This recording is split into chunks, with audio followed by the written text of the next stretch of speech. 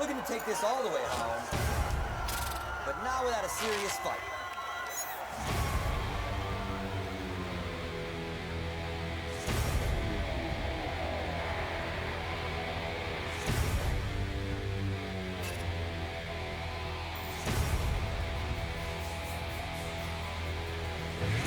This is a major. This is $1 million major.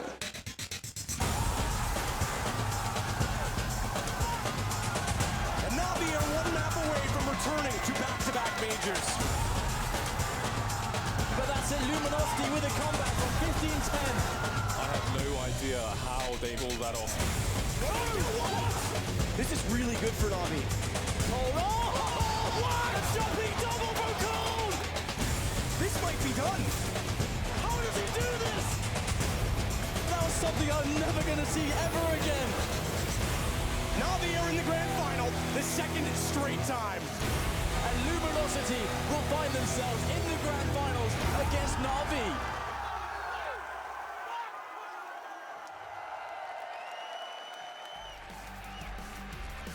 Ladies and gentlemen, welcome to the MLG Major Championship.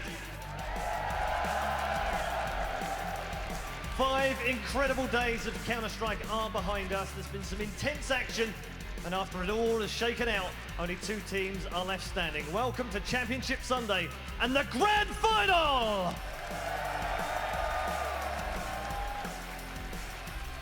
Our 2 teams are lined up and ready to do battle. The first team are a team playing in their very first major final, looking to become the first ever South American champions. Let's hear it for Luminosity!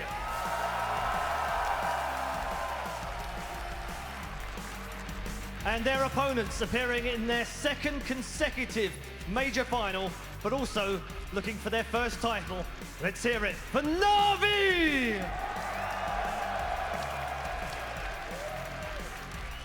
Just one battle lays ahead. No more time for mistakes, no more excuses. It's time to stand up and be counted. This is the grand final.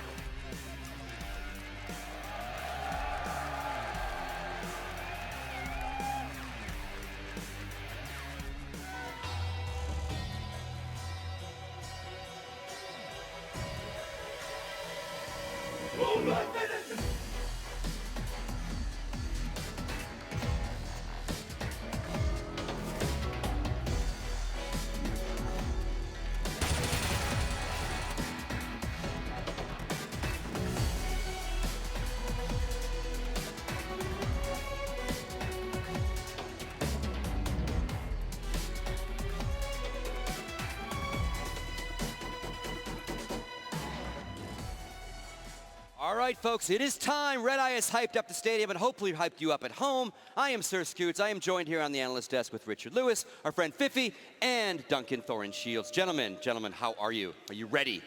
Awesome. This is going to be an amazing final, and it's got a great atmosphere for it as well. You can already feel it in the air. Lots of Luminosity fans today, and a pretty impressive contingent of Navi fans as well. I think this is just going to be amazing, and 2 teams that always play each other close, which we're going to talk about in just a bit. So, I mean, the second best team in the world. I would argue that Luminosity is probably hitting 3rd right now. If anything, 4th best team in the world. Fnatic is obviously out. I think this is the best final we could have hoped for. Yep. Yeah, what's great is neither of these teams have a major, yet they're both absolutely some of the best teams we've got in the world. So we're going to have a new potential world champion type team. And no exaggeration, I'm not just saying this because it's the final. So far in 2016, these 2 teams have played the best series of anyone we've seen in Counter-Strike. So this is the best matchup. It's always close. They have shared maps, and they have a real rivalry going there as well. Like Luminosity, they really want to beat Navi. Yeah. Let's show you how the teams got here. We're going to bring you up the top 8 bracket. And again, a little piece of trivia.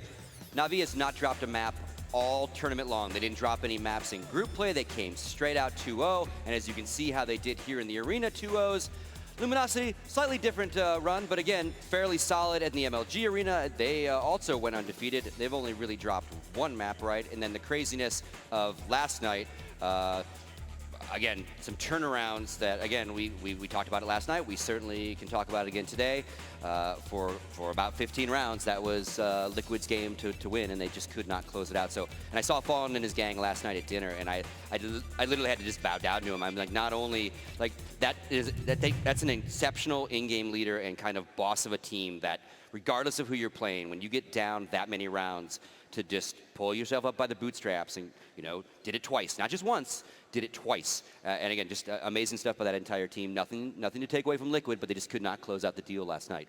Yeah. And that's what championships are all about, you know. The guy who prevails with the mental fortune, he's going to get the championship. Yeah. And let's show you really what they're all playing for. Obviously, they're playing for the honor of being the next major championship. That holds a lot of weight. But again, there's also a big chunk of money on the line. This is the first major. Thank you, Valve, for raising it to $1 million overall prize purse.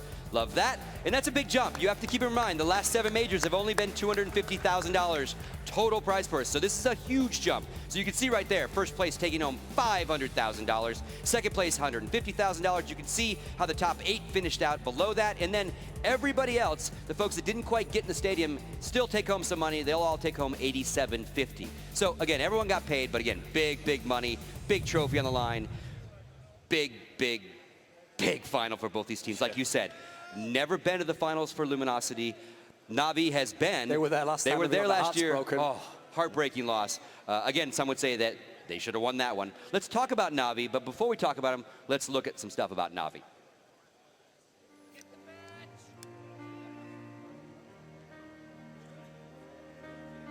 Guardian is our superstar as a sniper.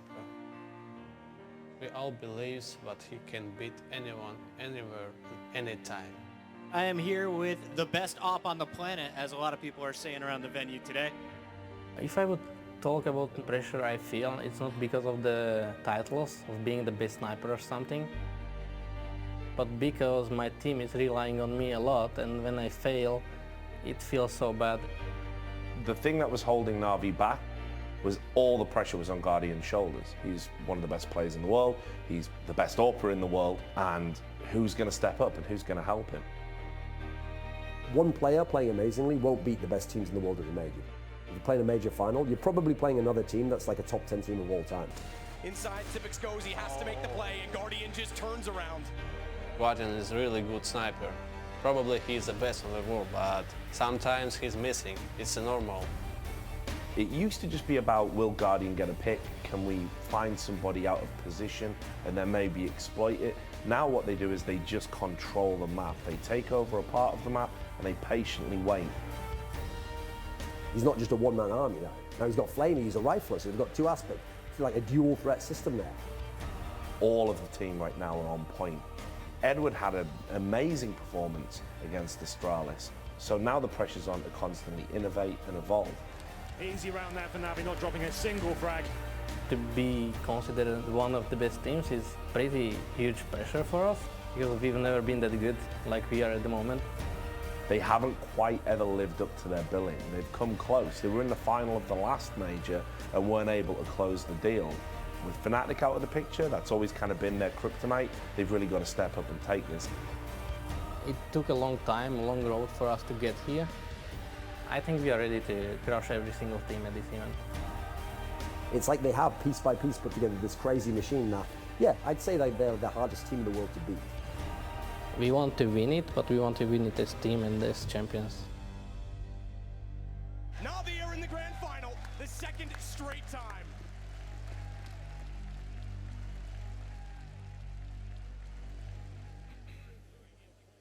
All right, Thorn, the first thing I'm going to do is I'm going to have you walk us through their storied roster. You are the esports historian. They're going to bring up a nice video or graphic of all the players on their live cameras. And then when they do that, I want you to kind of, first off, tell me about generally your thoughts on this roster, and then when we see the players, give them that roster run. Sure, I mean, they've already, with what they've accomplished, because they picked up Flamey, I think it was around like April 2015, so they've had him almost a year now. They've already accomplished so much, making it to the final of the last major, winning so many small tournaments, so many top 4, so many top 8 finishes. This has been a very, very consistent team. Like, they can be beaten in the past by the best teams in the world. Sometimes they got that problem, but they're always consistent. So we start at the very left here. So the guy I was talking about in the video, it's not just about Guardian anymore. This guy in his own right is one of the best players in the world. And certainly you talk about rifle players, one of the most explosive, one of the most exciting rifle players in the whole world. He could be the MVP of this game today. Flamey on the left there, the new addition to this lineup. Then you move one in from the left. You've got Seized there. Considered a support player, but you know his skill set. He used to be a star-type player, a carry-type player, and we saw that earlier in the tournament. He had a game that he took over against Virtus.pro. He dropped a big 30 bomb on them, and that's one of the best teams in the world. So you move to the middle. It's the man everyone was talking about. It's no wonder a lot of the preview video was about this. It's about Guardian because he's the best AWPer in the world. I mean, with all the stories we hear about Olaf and the problems he's had here, probably the best player in the world. I don't think that would be unreasonable to say. He was there neck and neck already. Interestingly enough, had a bit of a down tournament, actually. He's got to the finals, team hasn't lost a map, but he's kind of just been chilling. But that just shows you the strength of Na'Vi now. They're not the Guardian-only show, and it's not Guardian or bust. You move to his right, you've got Zeus, formerly the mastermind in-game leader. Even for most of last year, he'd had that role within the team for about 6 years or so. He was the guy who designed the style. They still play that style, but now he's just a supportive player in the team. He just plays with his longtime teammates, and obviously Starix has now taken over that in-game leading role and coach. Then on the right there, we've got Edward. And the interesting thing about Edward is he's, for me, always like floating around the middle of the team here. He's like a skilled player, but he kind of takes spots that he needs to take. He knows he's not supposed to be the star. But in this tournament, he's been the best player on Na'Vi. This guy's been unreal. And you can talk all you want about Astralis choking. Yeah, they obviously choked in the second game of the semi-final. But on the first game of the semi-final, Edward basically won that one map for Na'Vi single-handedly. He had something like 32 kills. He went absolutely crazy. And actually, statistically, the best player in Na'Vi for this tournament. So you can look at it two ways. Either if you're Luminosity, you're kind of scared because maybe Guardian's going to show up here and go crazy, or you look at the rest of the team and you go, they actually don't even need that to happen. They can carry from the 4th position in the team. So this is a crazy deep team. This is their time to win. It's one of the few times they've ever been favored to be the champion in a major type scenario, but will that pressure get to them? Fifth, your thoughts on the team? I mean, yeah, like Duncan was saying, it's a very solid team overall. You had the star player, which is Guardian. He actually had a very lackluster tournament overall. Didn't really have any big games so far. Like Duncan was saying, it is actually Flamey and Edward most of the times has been stepping up. And Ceased, I mean, when Ceased brought into the roster, he was supposed to be that star player on the team. And then obviously they were still slumping a little bit. They still had their games, and then they ended up bringing in Flamey, this new star player, so to speak, because they needed more firepower. And obviously he took over the reins, and Cease just went on to be the very consistent player in Na'Vi. And yeah, just improving every single tournament, and now they're here again in another major final versus obviously not a team like Fnatic or a team like Envy, but versus Luminosity, another very strong powerhouse team. And Richard, the question I want to ask you, we talked quite a bit about Olaf Meister, and he's got an injury happening with his wrist, and obviously in this match, Guardian absolutely does have a wrist injury. He's wrapping his hand every night.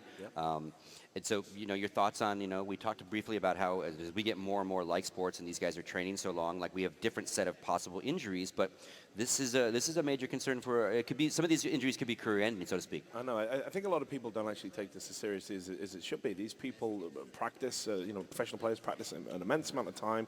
You're using your hands, your wrists all the time. And obviously these guys are picking up injuries. I've seen it in StarCraft, for example, in my time in esports, where, you know, whole careers are kind of prefaced by this whole, well, it could have been better, but he had to retire because of carpal tunnel or RSI or whatever. And, you know, they need to watch it. It's a big concern. And what I will say is, I think it's been amazing of Na'Vi and amazing of Guardian in particular, and not use that wrist injury as an excuse for his lackluster performance. And obviously, he went off big style in Counter Pit just before it with the same injury. Yeah, he needs to show up. I think the good thing is, like as Duncan rightly points out, that his players have been able to support him, but big players play well in finals. And even if Na'Vi win this series and win the final, and they do it without Guardian being there, there's always going to be, well, Guardian didn't do it at the major again. So he's under a unique kind of pressure to all the players there. But yeah, hopefully his injury isn't too much of an impediment, because I really want to see the real Guardian, which we haven't seen here in Columbus. And on the other side of the table, obviously, is going to be Luminosity. Let's go ahead and take a look at them.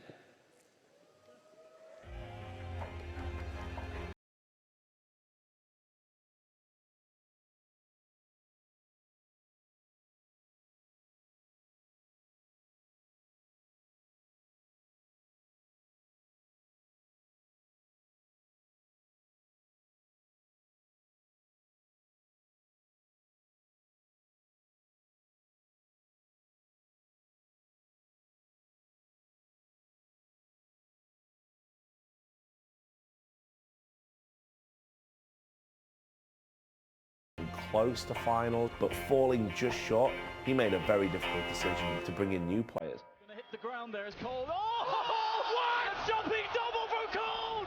What is going on right now? How does he do this?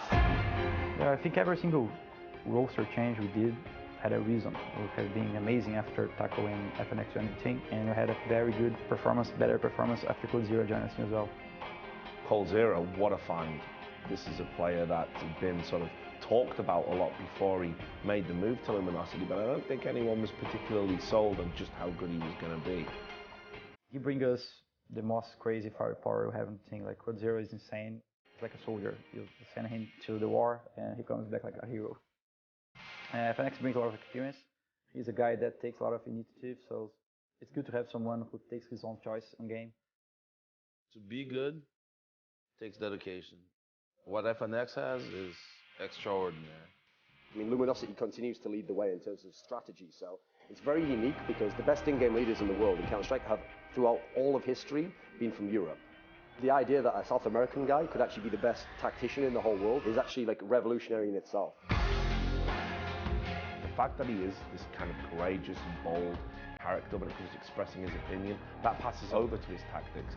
He watches demos all day, he breaks down all the teams, and then he says, do you know what, why don't we not just anti-strat them, why don't we try and innovate, why don't we try and do something new? I want this team to be remembered as not only getting there, it's how we got there. Everyone said we couldn't do it, everyone said we didn't have the talent. And we did it way different than everyone else in the world. That's how I want us to be remembered. Winning this major would be everything we have ever worked for. We have been working so hard to get there, and I think it's going to be worthwhile for us, for everything we have done. It's going to be a dream coming true for us.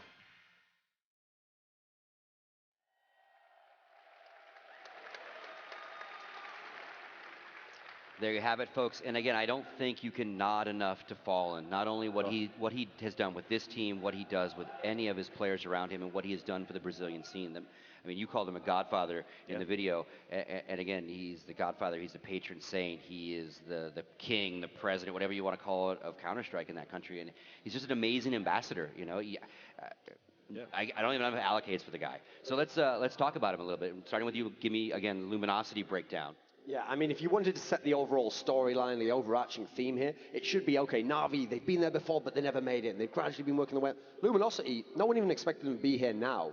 They're supposed to be on the slow trajectory, you know. You make the quarterfinals, or maybe this time we could make a semi-final, maybe one day we could get to a final. They've already, in the space of a few months, elevated themselves. They're already an elite team. They're making finals. They're coming close to winning. The key thing is they've never won a big tournament before, and they've certainly never been this deep in a major before. So the obvious narrative is like, oh, is it their time yet? Like, you know, maybe they need some more experience. Maybe this is like the first time you get there and you realize how hard it is. Well, the good thing about Counter-Strike is the game doesn't care about storylines and what's a satisfying way. If you're better than the opponent in the game, you get to win the title. So this team certainly has the tools to do so. They have this incredibly smart style. Now, that's what's also interesting about Luminosity is, can they actually, if they win the major here, it would be so satisfying in terms of the strength of that tactician that they're going against what many consider the other best tactical team in the world. So you'll essentially have to beat not only the person that was playing you so close, but someone else who's mastered your style. And then it's a battle of it's a chess match between the two brilliant tacticians, you know. That's the way I think of Luminosity. It all does come down from Fallen. Now, yeah, no, you might have a brilliant chess player, but you've got to have the pieces as well. You've got to have this piece that can do this special thing.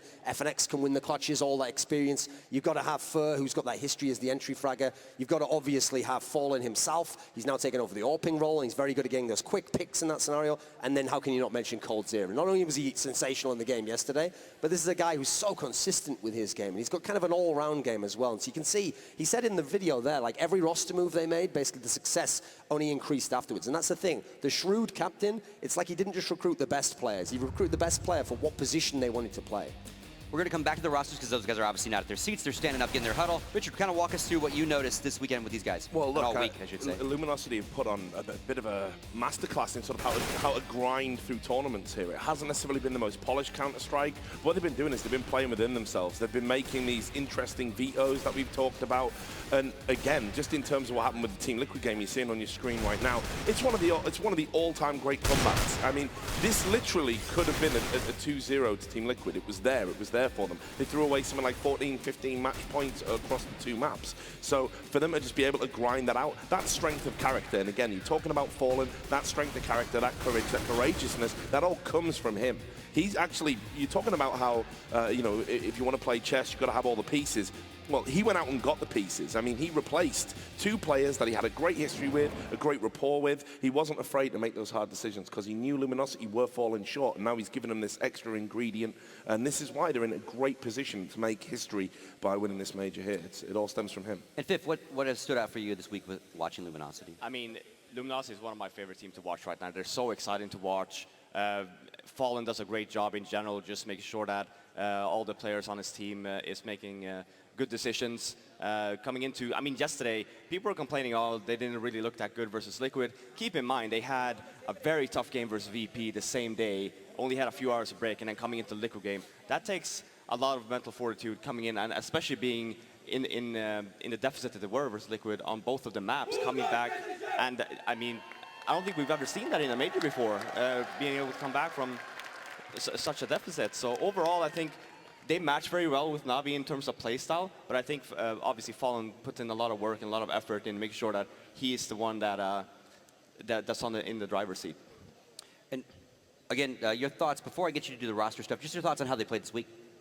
Yeah, this week, obviously, they had some struggles because the Virtus Pro series, before you get to the Team Liquid one, let's be real, Virtus Pro could have won this series. Virtus Pro was playing very, very well. It was a great map pool for both teams. I think what you really got to see there was that was a slugfest. Like, Virtus Pro took them and said, you've got to play your best CS if you want to get to this semi, and you know what they did. And as a result, they moved on to the semi-finals. All credit to Team Liquid. Obviously, they were 2 rounds from making the final, and what that really did to me was that test right there was like, okay, we have this young, front-running team who've never been there before, and they're right up here. So the question for the Luminosity is, can you work your way back into the game? Now, if they'd have tried and panicked and they'd tried to get it all back in one go, they'd have probably just blown it, lost the round, and it would have been Team Liquid in the final. But instead, they had that kind of like mentality that we have to grind our way back in the game, intelligently get back. And so as much as you can say Team Liquid threw it, you've also got to give credit to the Luminosity guys for taking it back from them.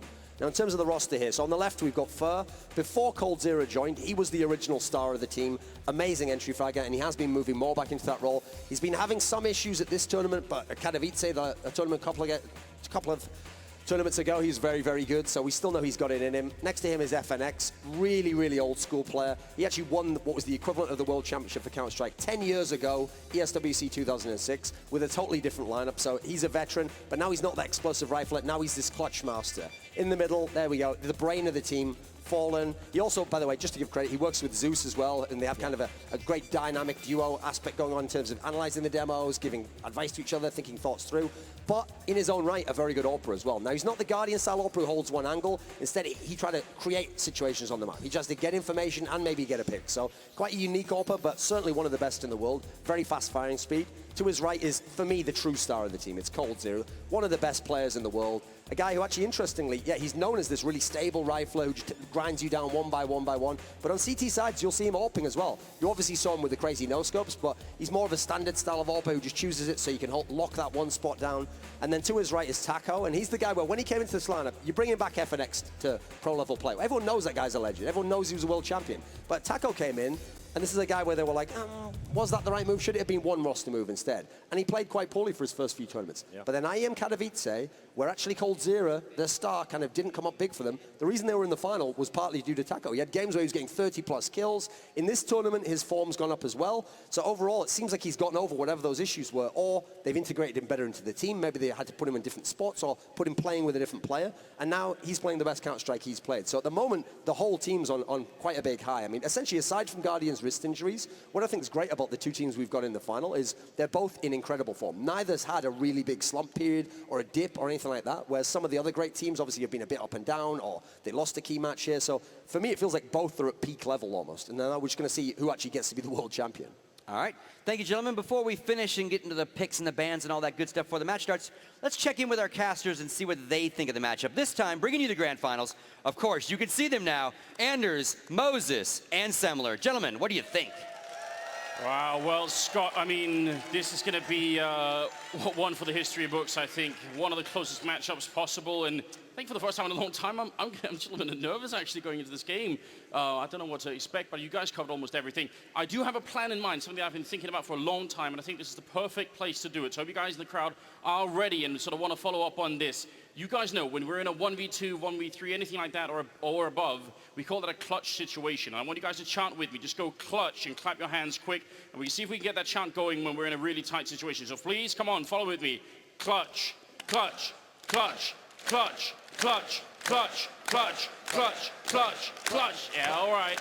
Remember that. Remember that when we get into one of those tight situations. And we'll see if we can get that rolling. Semler, you had one point you wanted to finish off with. Well, no. At the end, Taco did get some attention on the desk, and I felt like it was a little unjust that he wasn't getting as much attention as the rest of the team because his level across the board has definitely come up. You know, I heard a lot of talk about 4 of the players, but we have to make sure that, you know, Taco gets mentioned because he has definitely come to be one of the key players for this team to really be able to hit this level. He's dropping 30 bombs all over the place. We saw it against Liquid. He had huge rounds last night to put them here into this finals.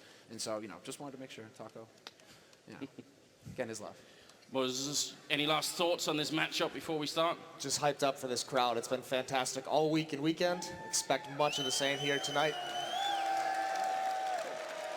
Well, there it is, and we're going to throw it back to the analyst desk to get the final wrap-up before we head into this fantastic game.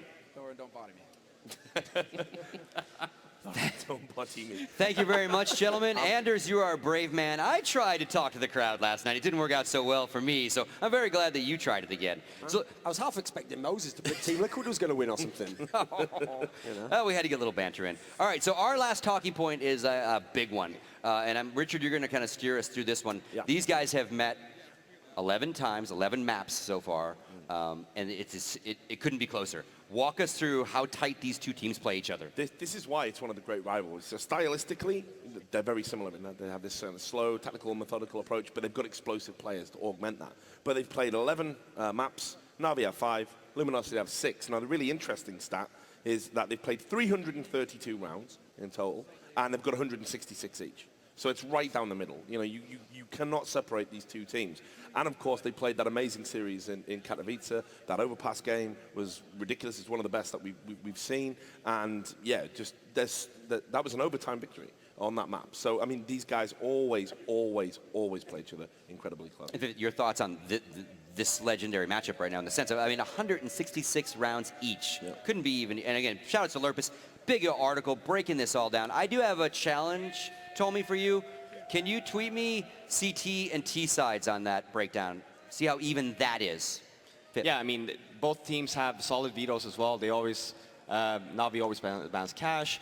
Luminosity actually tried to play Na'Vi on Dust 2 once. They got completely pummeled, so that is off the equation. The other 5 maps are played very frequently. The only one that we haven't really seen that much is Overpass, I think, and that was the massive overtime one. 2 overtimes. We saw triple boost here and there. Luminosity still got away with it. I think overall, I think those stats just speaks for itself. What kind of final we're into that we're going to have today. Yeah, and obviously Luminosity came out on top in that one. And what was interesting, that was prefaced by Fallen having like a huge game. You know, not always something that happens, but he was immense in that and was the best AWP on the server against Guardian. So I mean, crazy. I'm going to lean to you before we get into the vetoes. Obviously, you've already said very, very close map pool. But what do you think it's going to be? Yeah, well, the thing is, unless Luminosity wants to pull a kind of a fast one here, it's going to be very standard vetoes, actually, because the key thing is Na'Vi always bans cash.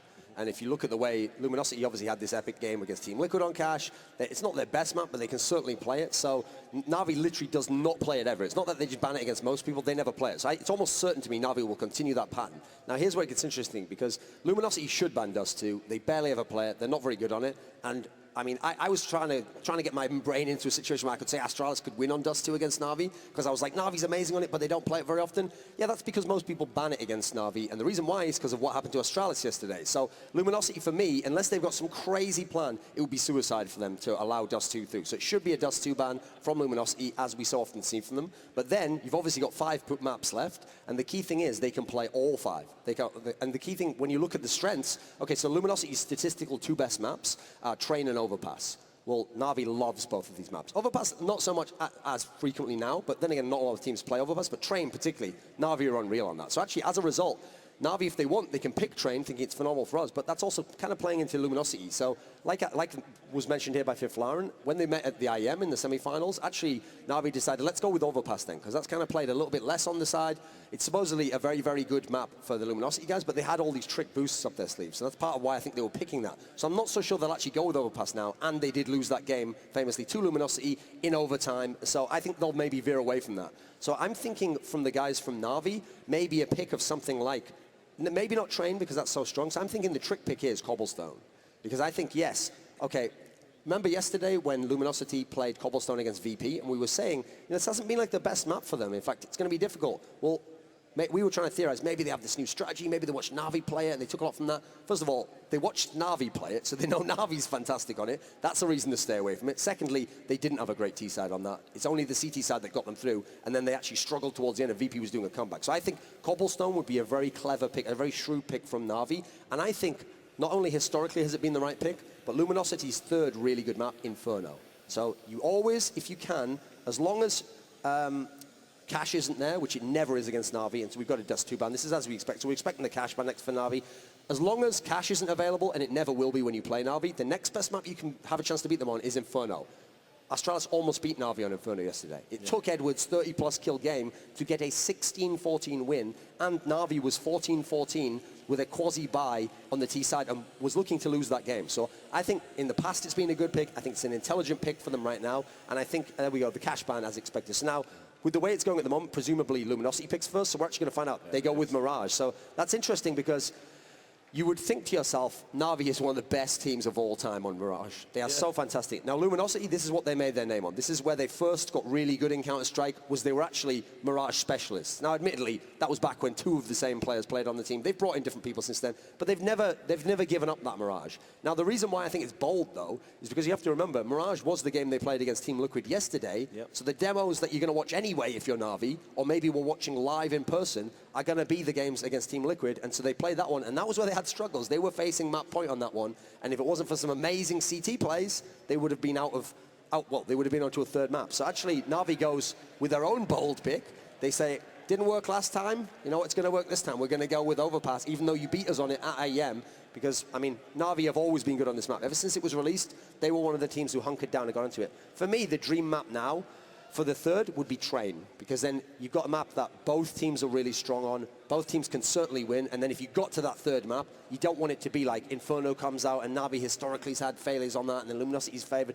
I like it to be where all three maps... If it's Inferno here, Na'Vi are going to be... They're going to tilt a little bit. But the good news is they can obviously still think we're good enough to... Train! There we go. Train it is. Now, it's no exaggeration to say that all three of these maps are good maps for both teams. In fact, both teams are some of the best in the world on all three maps. So as a result, this could be 2-0, this could be 2-1, this could be 2-0 and 2-1 for any of these teams. So I think right now, when you get a map pool like that, you can't just go on the maps and go, historically this happens. I think you really have to go on stuff like, how do you feel the form of players is coming in the tournament? Who's playing well right now? What players do you need to be on fire on a certain map to get a win? So you got your work cut out for you here, boys. This is actually an insane best of three. Just the Na'Vi pick of Overpass, I was also Ballsy, expecting right? It's very ballsy, and the Mirage pick as well is extremely ballsy. And I think, like Duncan was saying, it could go either way here. It could be a 2-0 for either team, or possibly even a 2-1 to either team. It's like so close on all three maps here, and this is exciting. Yeah, well, I'm really psyched to see Mirage in there because, you know, Na'Vi is so good on that map, but of course the catalyst to it being good on that map are two things. Obviously Guardian in that mid with the AWP, but also Seized on that B-bomb site. You know, he put up ridiculous numbers last time they played it at this tournament, and of course Luminosity picking it.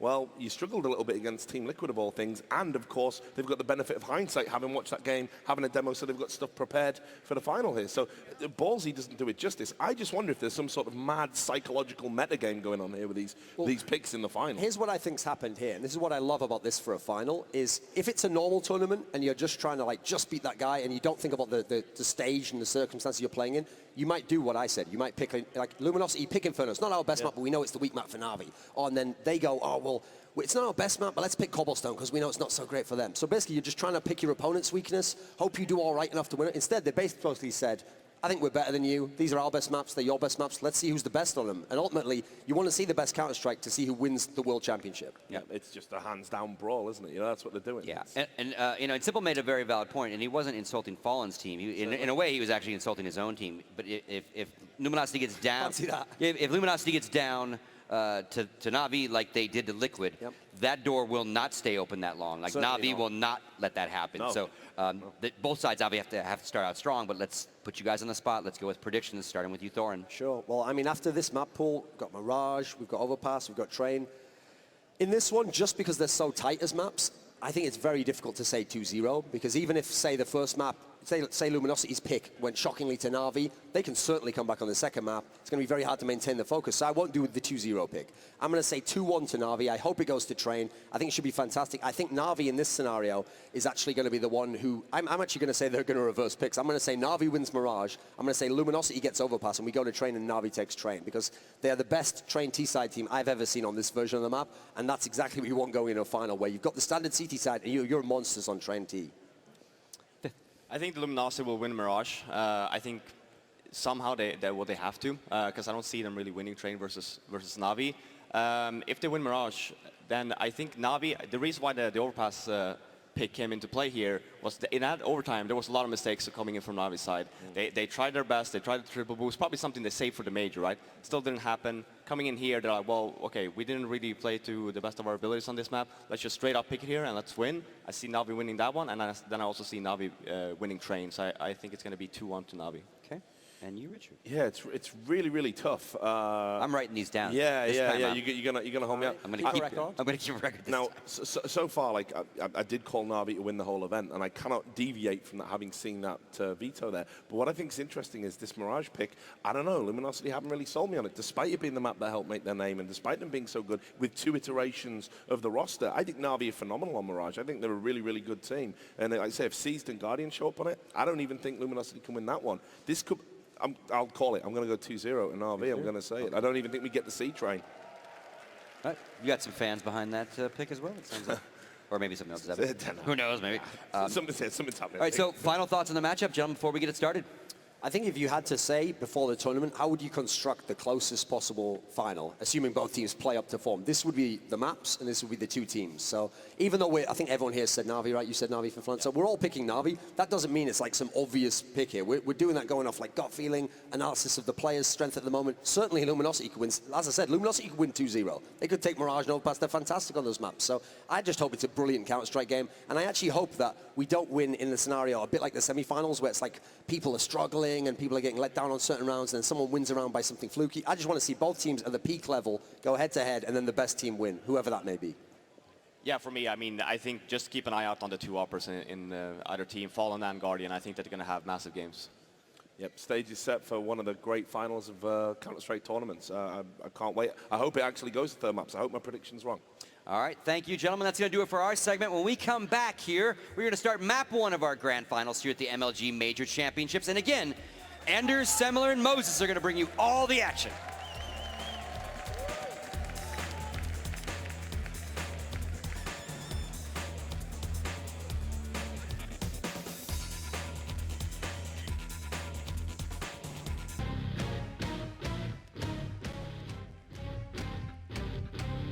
Ladies and gentlemen, here it comes. Na'Vi and Luminosity Gaming in a best-of-3 grand finals for the MLG CSGO Major Championship.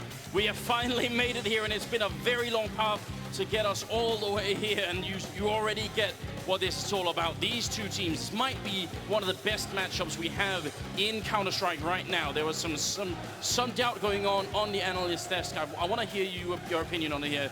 Selma, you go first. Who's going to be taking this? You can see it going back and forth quite a bit on that analyst desk, and that's because this is pretty much the best grand final we could have hoped for. Both of these teams are dead even nearly.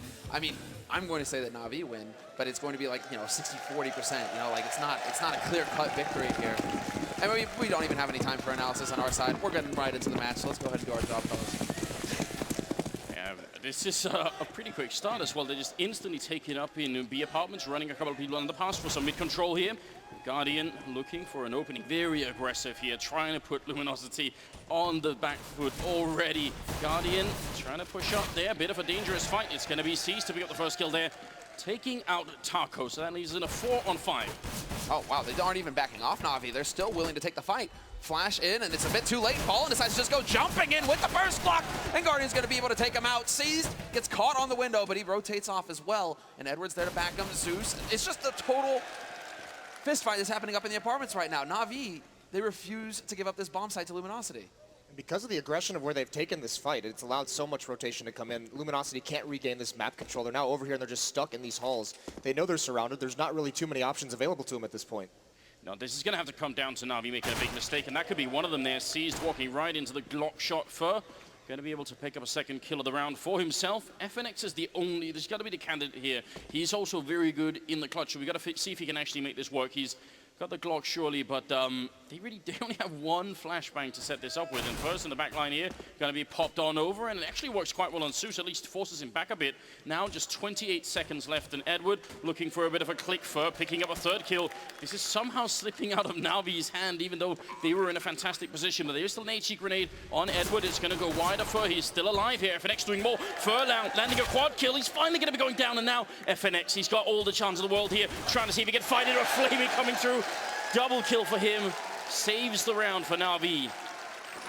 Such a sick play by Luminosity to even get into the bomb site. I mean, they do punish Seized on that push, but because of the aggression of Na'Vi, they couldn't really fall back. They don't know if anyone's flanking them. They were just kind of trapped in those halls, but they still make it work, taking those fights.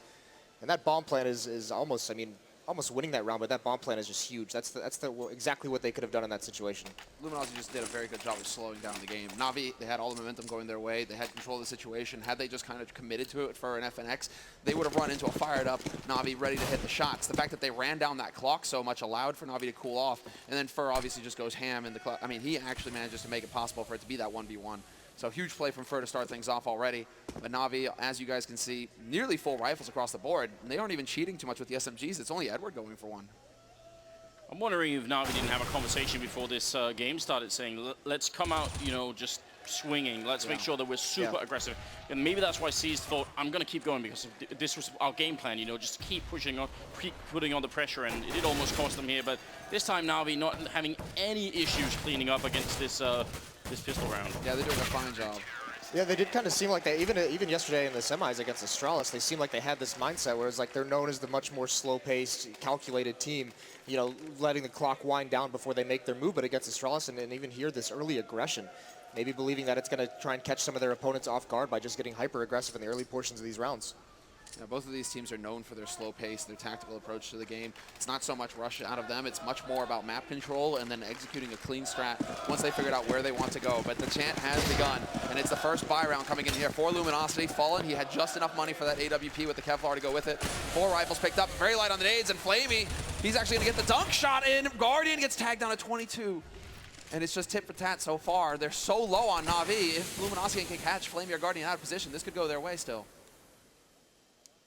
Mid-control now for Luminosity, but they are down a player. But look at all the damage that's been done on Flamey and Guardian. They can get back into this very, very easily, but while these smokes are up, there's not too much visibility. They don't have a lot of intel, so they've got to just bide this out for a little bit longer. So plenty of time on the clock. Fallen looking to punish a mistake. Oh yeah, and Edward, he's thinking about it. Edward, he's got in his head that he might want to go for that shoulder peek, but he decides, no, we don't actually have any eyes on mid. And it is a pretty high percentage of the time that Fallen, you know, he likes to camp there and just sit and wait for somebody to peek. And also Luminosity don't have any grenades. If they had a smoke for window here, maybe they could actually force that peek just by putting up the smoke, because then Edward would have sort of had to have gone and looked. But all they have is a single Molotov here, so there it is. Now he's finally walked past, which is really poor timing for Luminosity. Edward in a good position here, but Cold Sierra, that's a peek with a Galil as well. He's going to win the next fight, taking out Flamey, and he's very good on this map. So right now, Na'Vi, they've got to be worried, even though it's a 2-on-3. Seized in the back line by the benches here, and the bomb is still making its way over there. There's 35 seconds, so if they wanted to rotate back, they definitely could. Fur going to be going down, all on Cold Sierra. You can see the patience of Cold, though, too, just trying to cut off rotations, and now he's in such a tough spot. Yeah, and Zeus just heard the step. Zeus heard that landing, and so he was close enough. We already see a little bit of a rotation coming out from Na'Vi, but Cole's going to win the first duel straight up. Tries to get back out into the window. 15 seconds left. This isn't a whole lot of time. He doesn't have much room for error here. And the chant begins. Can he get it? No. Guardian 10 seconds. has everything going for him, basically, coming out onto short like that. There just wasn't enough time for Cold to maneuver. I mean, you nailed it. No nades to work with whatsoever in that round. So the early buy on that third round, despite having the money with it for the AWP, not able to get anything done with it. You can see how patient they're trying to play it. Just allow one duel to be won over that B bomb site, and then Cold's position gets so much better in that window room on Catwalk, trying to cut off rotations, trying to see if we can get one more pick before they could commit. But without nades, they're in such a tough spot to find that opening kill. The money for Na'Vi not quite looking good enough yet to take any kind of losses, and Luminosity, I mean, maybe they could have gone for like Tech 9 force up here, just try and see if they could just shut him out early. Seems like they, on the other hand, are playing a slightly more safer game. They're just buying a little bit here, but not too much, and Seized is gonna spot the first engagement here, and they're actually trying to run up behind. He's reloading. They're getting very close right now. He has to fall off the ledge, and they're just raining down on the bomb site. Way too many people coming in. Edward going to pick up the one kill, but it should be a bomb plant. And with Fur getting that shot on Edward, Na'Vi have got to be worried. This should be an easy cleanup round for them, and suddenly it's gone south already, and Luminosity, they're dug into this bomb site here. This after plant, Na'Vi, they're a man down, trying to see if they can make their way in soon. So many angles. He got down to Cold Sierra. Flamey and Guardian finally with some return kills, and Flamey with the SMG. Oh, he's doing so much work. It's gonna be the triple kill. Flamey saving them, just like in the pistol round. That puts him at a 10-0-1 scoreline. But another sick round from Luminosity, doing so much with so little. Just a couple flashbangs completely catch out that B defense. Plant 3 kills. You mentioned it before the round started. The money does not look great for Na'Vi. They're still after this buy. They're gonna be fine with what they can have in this round, but their money is going to be a little bit low. It's a very dangerous situation still where Luminosity, they've lost 4 in a row, but a single win is going to reset that money. This has got to be a pretty good feeling for Na'Vi, though, considering all eyes are on Guardian. The video describing Na'Vi at the beginning, huge Guardian focus. Flamey, he is definitely a big part of why Na'Vi are here right now in this grand finals. He continues to deliver on that rifle, and he's off to a terrific start here on this first map. 4 rounds, he's already up to 10 frags, and now Luminosity, they're able to buy again, and this time they have a few more nades to work with. It doesn't look like they actually want to waste too much time. Fallen, he's going to go for the aggressive peek, looking into jungle, but they're committing to this A site. Not a nade to tell Na'Vi to get them prepared for this push. Luminosity, they're already rushing out. Flamey will find the kill out of Fur, but there's Cold and Taco, bringing it back to a 3-on-3. Still no bomb plant. FNX is putting it down. There's not even a smoke for CT spawns. That's a massive risk to take, but it works out. So's putting 3 people out of apartments without any grenades, but that worked as well. And with Cold actually still lurking in middle, this is going to be a very tough retake for Na'Vi. C's going to get a good kill in there. Fallen up in the apartments, and now that Cold has gone down, he has a bit of an issue here. They do not have, and that misses the grenade. They still get the kill. Zeus to pick up a triple. With that missed Molotov, that could have gone horribly wrong. So many kills going out, and this is Luminosity. They've had 3 plants in these first 5 rounds, and they can't win any of the post plants. You can see Fallen, that missed Molotov, he's almost so excited to see it because he wants to peek. He knows he has the chance there, but Zeus with a very, very quick shot. So 5-0 quickly for the defense on the Na'Vi side. Yeah, Zeus isn't even a primary opera for Na'Vi, so the fact that he can hit the shots like that, it's huge. And man, basically the frustration is going to be mounting here for Luminosity because, as you said, right, we're getting 3 plants, we're getting the plant down. What's going on, guys? Like, how is this actually happening that we're not able to hold on to these bomb sites, even when we're in favorable positions? Na'Vi keep finding a way to win out. Well, Guardian once again in window, but I love it. This is a 6-strat coming out. They're just covering all short with smokes. Unfortunately for them, Edward, he's in his favorite spot. He's just sitting on the other side, not a flash to, well, basically hinder him at all. Instead, they just run right into the blender, but Cold is still alive, and he takes out Edward to bring it back to a 3-on-4. This is a good start. Fallen going to be getting the first kill of the grand finals for himself here as Guardian goes down. It's now a 3-on-3. They need this round, Luminosity. They can't let Na'Vi keep getting away with it. Even a 2-on-3 is winnable. Shot like that, it does actually tag up Flamey, but not enough to get the kill. The bomb is down in the site, so they have to commit to this. There's no rotating anywhere else, even if they have the time. And Cold, is he going to be the one to open it up? He's sneaking quite far in there, right on the edge. What a peek. Crouches into the angle, and Seized is going to be going down. Fallen, he had the angle for it there, but can't take the shot. Cold Zero winning another duel there, and it's going to be a triple. Well, it's a 1v2 for Cold Zero turned into a 1v1. You can hear the crowd in the background as well. The bomb is on the side. He's got 40 seconds now and trying to see if he can make it into kitchen. Flamey has got to be wondering, where is this going to come from? He finds the perfect angle, and he will be able to steal the round again. That's now 3 rounds that have come down to Flamey getting the final kills here. And again, 12-1-2 for him. This is why he's considered, the desk talked about it, one of the best players in the world. This is why Na'Vi is considered one of the best teams in the world. Everyone on this team is rising to the occasion when needed, and another clutch goes away from Luminosity, and now you got to start feeling. With this dominant defense so far, when does the timeout come in for Luminosity? If they don't win this next round, it's going to be so difficult for them. Down 7-0, that's when they'll probably take the tactical. Because they've tried slow pace strategies. They've tried to switch up the pace as well. Nothing's worked so far. Yeah, if they don't get a plant here, I think there has to be a fail-safe where if you're up 7-0, you have to call for the timeout. Very quick change of pace coming in here for Luminosity, making their way onto the A site, not wasting any time, not waiting for the smoke to clear on pit, but it is going to be Edward to find the first kill, and it's cold already down here for Luminosity, so now it's up to Fur, it's up to FNX. They need to step up to make the difference. Flamey will still take one with them. Zeus chimes in, but somehow it's still a 3-on-2. They're cutting it very close. Well, that's an easy kill there. Guardian very low. He was allowed to live for a lot longer because, again, they didn't have any grenades going to the bomb site. Now it's the afterplant again, and now they've been winning every single one so far. Could they do it a 7th time here? C's going to be picking up and taking out Fallen, just spraying with that M4A1, and FNX in the corner. He's out of the open here. He still wins the fight, goes for the peek. He knows Edward's there. He sprays, and there it is. He gets the triple kill, and Luminosity are in the grand finals. Finally, it's going to be 6-1. Showing a little bit of sign of life here. Yeah, and who more fitting to win that round than FNX? A player who doesn't always have the numbers of Cold, of Fur, of Taco recently, but he's possibly one of the biggest impact players they have. The amount of times this guy can just get the crucial kills in rounds and turn everything around, it's crazy. So, I mean, you expect nothing less out of him in that situation. Yeah, every team has that kind of player that with that quality. Crims for Fnatic, you know, Rain for FaZe, FNX. He always comes through in the clutch, it seems, for Luminosity, but this time Na'Vi are the ones changing up the pace, and they're going to go aggressive in Palace. 1-for-1 trade as Edward peeks into pit. He takes out Fur, but he gets dropped down to 12 HP. Cold down on 20, and it's seized instead to find Taco, and that was up in B apartments. So now Luminosity, they're at a bit of a loss as to what to do here. It says a lot about this half so far for Luminosity that after 6 rounds, Na'Vi has a scout. They're already basically out of nades. They have one more flashbang on Zeus. Guardian's grabbing a lot of information in the middle right now, and he's going to spawn out Fallen in the open. Takes the duel, but can't win it initially, and eventually that's FNX again. With a huge kill, and Fallen a second one. That was a sick frag from Fallen. Brings it back. And now they have the man advantage. Luminosity going on to the A side. It looks like Cold, he's been hanging around in Palace this entire time. He's got eyes on it. And Edward, if he comes through jungle, Cole's going to have the angle on him, so this could get a little dicey here for Na'Vi. They just needed one bullet on Fallen, and that would have been it. They would have had a great position to be in there. This crowd is definitely fantastic today. Seized and Edward here, and Edward on very low HP. 40 seconds. They have one Molotov, so they can sort of force him back a bit, but they don't have the full smoke coverage, and that will definitely make a difference here as Luminosity head onto the A bomb site. And surely now, Na'Vi, they must have heard it. Seized getting into position just with the scout, as you were pointing out here. Edward going to be traded quickly now. Both the Luminosity members low on health, but he misses the first shot. Tech 9 up. He's going to get Cold Zero, and now it's a one-on-one.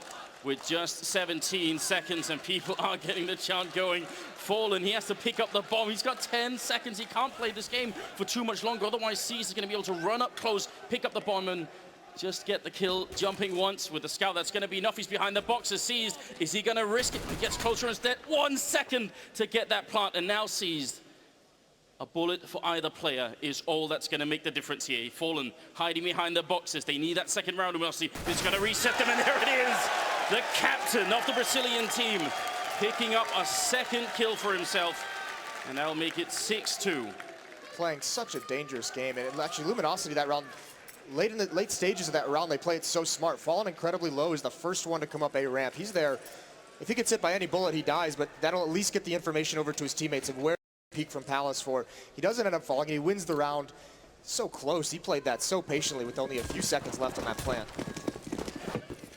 Really hoping for Seized to make the mistake there. But again, Fallen, there's also another saying, which is that Fallen always comes through for Luminosity when they're down, and it's a big round. So you have FNX with the clutch. Nice little pop flash here. Fur completely caught off guard. Edward will find the kill eventually, but he's not expecting FNX to be there. So they do bring it back. Fallen takes out Guardian. That was on short, and now they actually have control of the situation. Although Taco, he's lurking in Palace. He's going to see this double push. He's not going to spot the second man, however. Flamey, he's going to be able to pick up an AK, and now Flamey with an AK, we know how dangerous he can be. Yeah, that's never a weapon you want to be able to give up. At least he has no armor, very susceptible to aim punch, but Meanwhile, Luminosity's going around towards the other bomb site. They're going over towards B, and now Cold spotted out C's in window, so they have the intel on where the last 2 players are for Na'Vi. Luminosity, this should be a pretty clean win from here. The question is Flamey going to keep this AK-47, or is he going to try and do something with it? And right now he's just playing passively at the A bomb site, so just going to try and hold this weapon into the next round. Yeah, absolutely. He's only sitting on $2,000 right now. I mean, granted, they're going to go on their third loss round in a row, so they will be getting a decent amount of money, Na'Vi. But if he can hold on to the AK, that would be perfect, especially considering he's hitting so many shots right now, Flamey. That one-shot headshot potential could make the difference here for Na'Vi to get control back in this first half. It was good communication as well, because you were pointing out they spotted the Cease in the window there, and FNX actually rotating into kitchen to catch him coming in, so... Yeah, there's a save chant going on as well, definitely. I mean, why not? Just, we got the more the better right now. We've got a stadium full of people. There really are not many seats left here. And Flamey, he has been playing out of his mind. I mean, does it worry you at all that we've got Flamey at 14 kills and then Guardian at 5? I mean, what happens if Guardian also sort of just, peeks back to his own level? They're already getting a bunch of rounds here, Na'Vi, and then if Guardian shows up, that's got to be a bit scary. Yeah, I mean, anytime Guardian gets into that mode, anytime he shows up, it's a really scary situation for the opponent. But with Flamey as well, this is why they're just so dangerous at the moment. What is this buy? Out of Na'Vi? Yeah. They're going for it. This is very risky. They don't have a lot of utility behind it either. No, and 2 of them don't have Kevlar. Hey, this is really a big play here. Flamey peeked out, but he had that nade into Palace that slowed Taco down just enough to make that safe. Guardian's now got the angle, though, and Taco, he's just trying to get a maximum amount of information. He knows now, okay, Guardian's got the angle on me, just heard the op shot. And so we have a general idea of where Guardian's playing from right now, but Fur, he's getting into position. Look at how this mid-control for Luminosity is so much more successful when they have the nades they need to utilize it. We saw it earlier in the half where they didn't have much smokes or Molotovs or flashbangs. Now it works perfectly for them. They are going to make the play, it seems, into connector here. Edward might get caught off guard, and yes, Fur, instant headshot from him. Little does he know, however, Flamey's holding close, and if he overextends, exactly, that can happen. Guardian holding from CT with that AWP, lands the shot, does not miss the opportunity. And now with a minute left on this clock, Luminosity, they're in a 4-on-4. They still have some utility, however, they still have some nades to work with, so if they do choose to go for the execute, it is still possible. It's so smart from Cold. Breaks the vent to force Zeus into a peek, but Zeus wins the battle anyways, so it doesn't work out for him. Just a 2-on-4 left. Na'Vi getting back into this round in a really big way. Letting Fur that far up into connector can be really dangerous. That's such a central part of the map. So they got to be careful they don't let that happen too much, because surely Luminosity will exploit that if they realize that that is an option. But they're at least walking onto the bomb side without making much noise or even being discovered right now. There comes the spray, but oh, Flamey somehow still kills Fallen before Taco is able to reply. So what could have been a 2-on-3 is now just a 1-on-3 of Taco, and I don't see him really making that. This is going to be almost impossible with 10 seconds left. The bomb, he's just picking it up now, but then I don't think they're going to allow him. He can't even fake it in. There's Guardian getting the shot, second kill of the round for him, and a 7-3 scoreline favoring Na'Vi here in the first half of the first map. Yeah, that's sick stuff from Guardian. Playing it passively, getting a couple kills in the round. Just making sure that not even presenting himself to be killed and potentially lose that round, give Luminosity any kind of a window of opportunity to even take that win. So really good stuff from Na'Vi. And now, I mean, that broken, or that weak This is what I thought. This is what I thought. He actually went for the wallbang tool booth. I was wondering, like, wait a second. I saw the wallbang signal there. He was jumping around. Pretty sick. Sick play. Well, now look, I mean, this is 2 players over towards the A bomb site, 3 in these B halls. That's where the bomb is as well. Set up in a little bit of a default. And look at the buy, though. 3 Tech 9s on the Luminosity side, and they're going up against... There's 4 Molotovs left on Na'Vi. Whenever an execution does come in, it's looking like it might be a little bit of a fake with 2 members applying pressure to A. But actually, it's the B members who start things off, and they've got to run through so much fire. They've got the bomb there as well, but they're actually just, to be his Taco, he's sacking himself, basically. He's trying to make as much noise over here as possible, and it has forced the rotation out of Na'Vi, but Guardian still going to be able to pick off FNX, and he realizes now the game is up. They lose a man in mid. The bomb is still making its way up through connector, and Taco trying to have an impact, and he is going to get the flank. Picks up one, and that opens it up for Fallen to come in for the second and the third. 2-on-2, but they're both so very low on HP, Luminosity. But they're going to find Guardian just wandering around out in the open. How does that happen? Now it's all on Edward here, trying to see if he could walk in. He should have seen the gun barrel. He didn't, looking for the shot. He's going to get down one. He needs one more kill. Taco's there, and Edward going to be picking up the double kill, and Na'Vi, they win that round in spite of a great fake coming out of Luminosity. Luminosity gets Na'Vi so disorganized. They have no idea what's coming. Taco, huge play from those vents, but it's Edward, and it is this, Na'Vi is just top to bottom, all their players. We saw Edward yesterday with a dominant match on Inferno against Astralis. Here, big clutch, 1-on-2 victory for him. It doesn't seem like it's a misfire, or is it? Taco instantly bought up with the AK and Kevlar, and he's got a couple of nades. It took quite a bit more time for Luminosity, for the rest of Luminosity to come into it, because they're very low on money right now. But again, Luminosity, they're not willing to give up on this. 1v1 clutch, they know that Na'Vi, they cannot have much money right now, so why not? If they can win here, they can turn the tide their way, and they've certainly got the aim right now. It keeps coming down to these clutch scenarios. At some point, Luminosity, they have to turn it their way. It's a big risk, though, with this kind of a buy, with this low of money after this. This is not, you know, a high percentage round for them to win. So they might have to be right back onto a save if they can't take this one. Well, they got the mid control so far. Edward is the only one sort of, I mean, not even keeping eyes on it necessarily, but just listening to what's going on. Zeus is in the window room on the other side. Cole looking for the opening shot here with the Tech-9, and he's going to win that fight. He didn't even look scared, just taking out Edward. And Taco right on the edge on the slope here. Flamey's on the other side. This is definitely not a good fight for Flamey to take with the MP9. Zeus is right behind them as well here. The UMP in middle, but look at the bomb being rotated back towards the A-bomb site. Flamey, I think he's going to have a really hard time on this corner, but Zeus winning the fight against Fur, that means they can refocus on the slope. They're all coming out. He wins the first fight. He's going to be traded. That's still better than I would have thought, and now it's Zeus to follow up, takes down Fallen Guardian with a shot, and now Cold Sierra alone, you know, 1-on-3, and they sort of have a pretty good idea where he is. He got that first kill in the middle. Going to be walking up behind Zeus, but he just does a quick 180 and gets a triple with the UMP.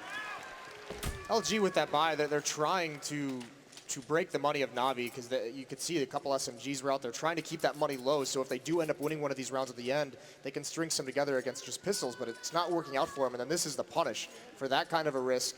Not able to get any rifles into this round. They only had one in the last one. So a couple rounds now where Na'Vi's able to, you know, feast a little bit on a weaker buy. Yeah, this is going to mean a weaker buy for Luminosity coming up in the next round as well. Going into the 13th round now, it's pretty much a hard eco coming out from Luminosity. They have invested in 3 smokes and a couple of flashes. So basically, the whole game plan here is get the smokes down, run onto the site, cross your fingers, and hope you can get that bomb plant so you can get the bonus money that comes with losing a round after getting the bomb planted on the T side. Flamey holding close with the MP9 again. Not sure if he actually spotted out the feet there, but he is going to be ready for Taco when he comes charging out. And now goes for the peek, sees more players. Zeus is there with the spray. It's just not going to pan out here for Luminosity. The strategy falls flat. Yeah, this is, once again, just trying to get that plant. A little bit of extra money. The losing bonus, though, is at 4 rounds.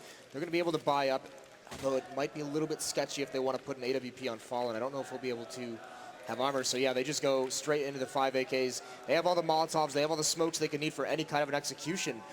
But they're looking at a really rough scoreline if they can't win this gun round.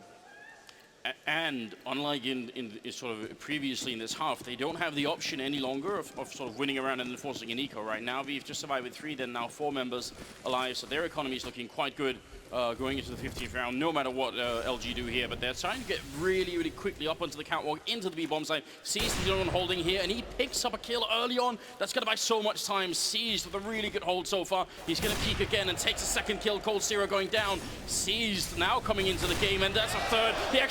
He gets that kill on Fur and looks for a 4th kill. Can't quite get it. FNX with a reply. You might think it's a little bit too late here. Edward going to come in and trade that kill, and Fallen alone up in the apartments, and with so much time left, I mean, he has the bomb. That's maybe the only silver lining. This is nearly impossible. Yeah, his only real option here is kind of like wait out a little bit, be very, very patient, maybe catch someone from Na'Vi off guard, let someone rotate away so you can find some one-on-one battles. But Na'Vi's got everything covered at the moment. Yeah, they have that triangle on the B site. What Na'Vi are unsure of right now, and this is what Fallen's really waiting for, is that they might rotate an extra man off. But he gets that kill, catches him looking the wrong way, just not going to win. He came so close to turning that into a 1v1, another clutch situation. But Flamey will lay him low in the end, and we go into 11-3 with Luminosity having to go into a force buy. I mean, what the key play there is basically the fact that Luminosity, they're a little disjointed. They're a little too early on short. The guys in apartments weren't able to put any pressure because I believe C's put that incendiary down. It was holding them back long enough so that the guys on short came out just a bit too early. C's able to fall back onto the site without any punishment. That's not, you cannot allow that if you're Luminosity.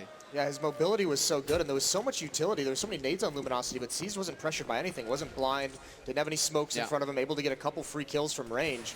And now look, now they have to go against the auto sniper on Zeus.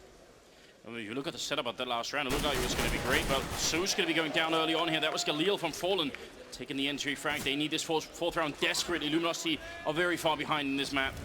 Grenade comes out, and counter grenade as well, and there's Taco and FNX picking up a couple of kills. Edward with the only refrag here so far, and Guardian and Edward. This retake surely cannot happen. It should be impossible at this point. The angles are all too good for Luminosity. They have all 3 points at this point. It's all going to be down to Guardian now and Edward working together. They have the nades, and Guardian hits the shot onto Fur. 2 players waiting by pit and 1 still in CT, and this might be, what undoes Na'Vi, although Edward is going to be thorough. He's going to check, and he wins out. But a 1v2, just not going to happen when Fallen has the high ground, and another big kill coming in for Fallen. He started off the round strong by taking out Zeus with that auto sniper. He ends it and gives Luminosity that 4th round going into the second half. But this is still a fantastic scoreline here for Na'Vi. Yeah, the crucial battle in that round was actually that Molotov nade combo over towards jungle was just sick. Perfectly timed. Stops on the other rotation, gets him 2 kills right off the back of it. So just to put some perspective on what this first half was, Na'Vi winning 11 rounds, and 7 out of them were either a 1v1 or a 1v2. Where Na'Vi only survived with 1 or 2 members in 7 out of the 11 rounds.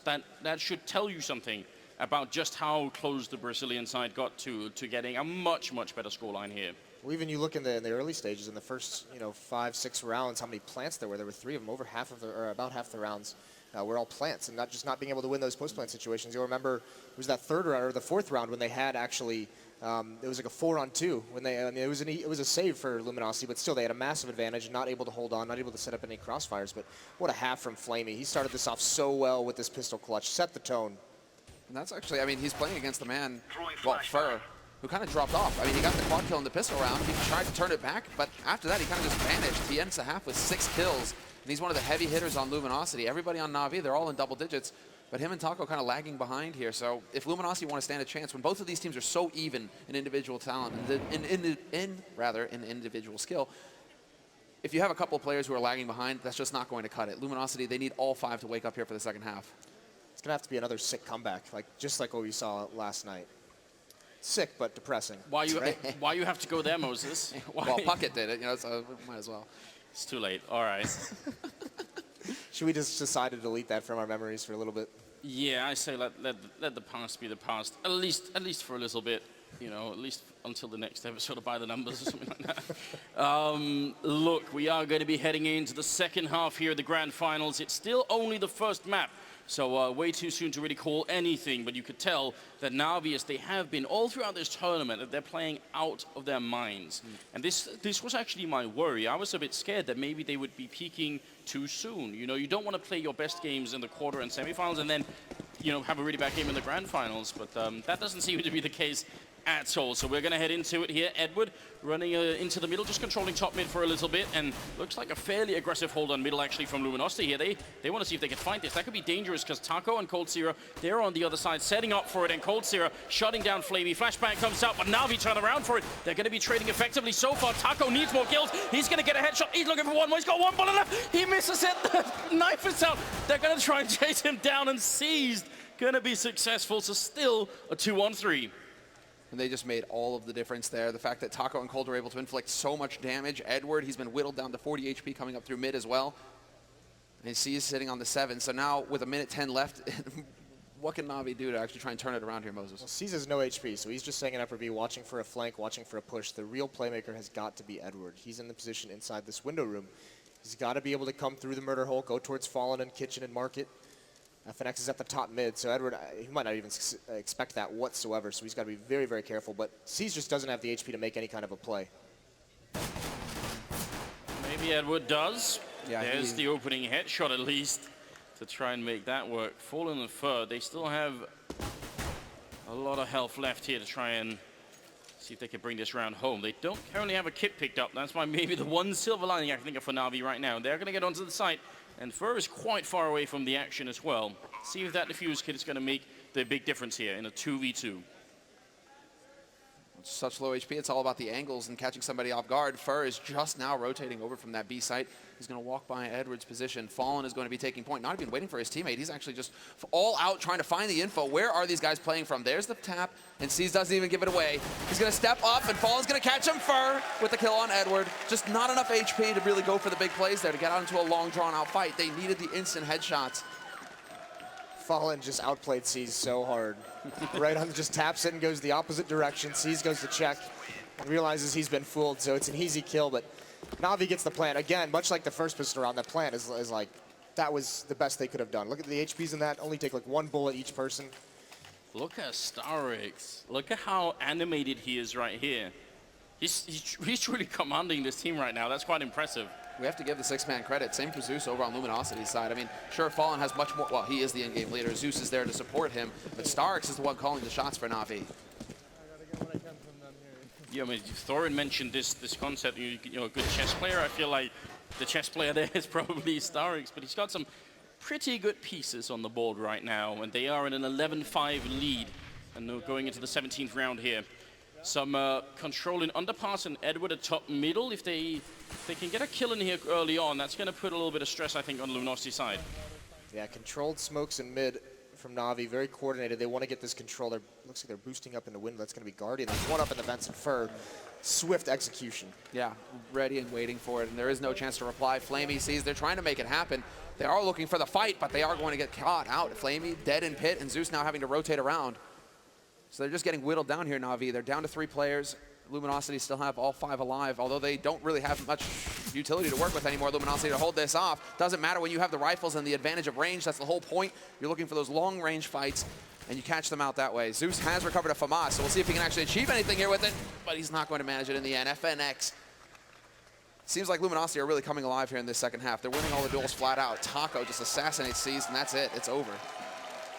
Yeah, no plant in this round, and with that investment now, this is basically going to have to be just a full save, just a hard eco. You can see Guardian, he's up at $2,700, so he's the one who wants to go for that AWP, keeping that extra 700 or 800.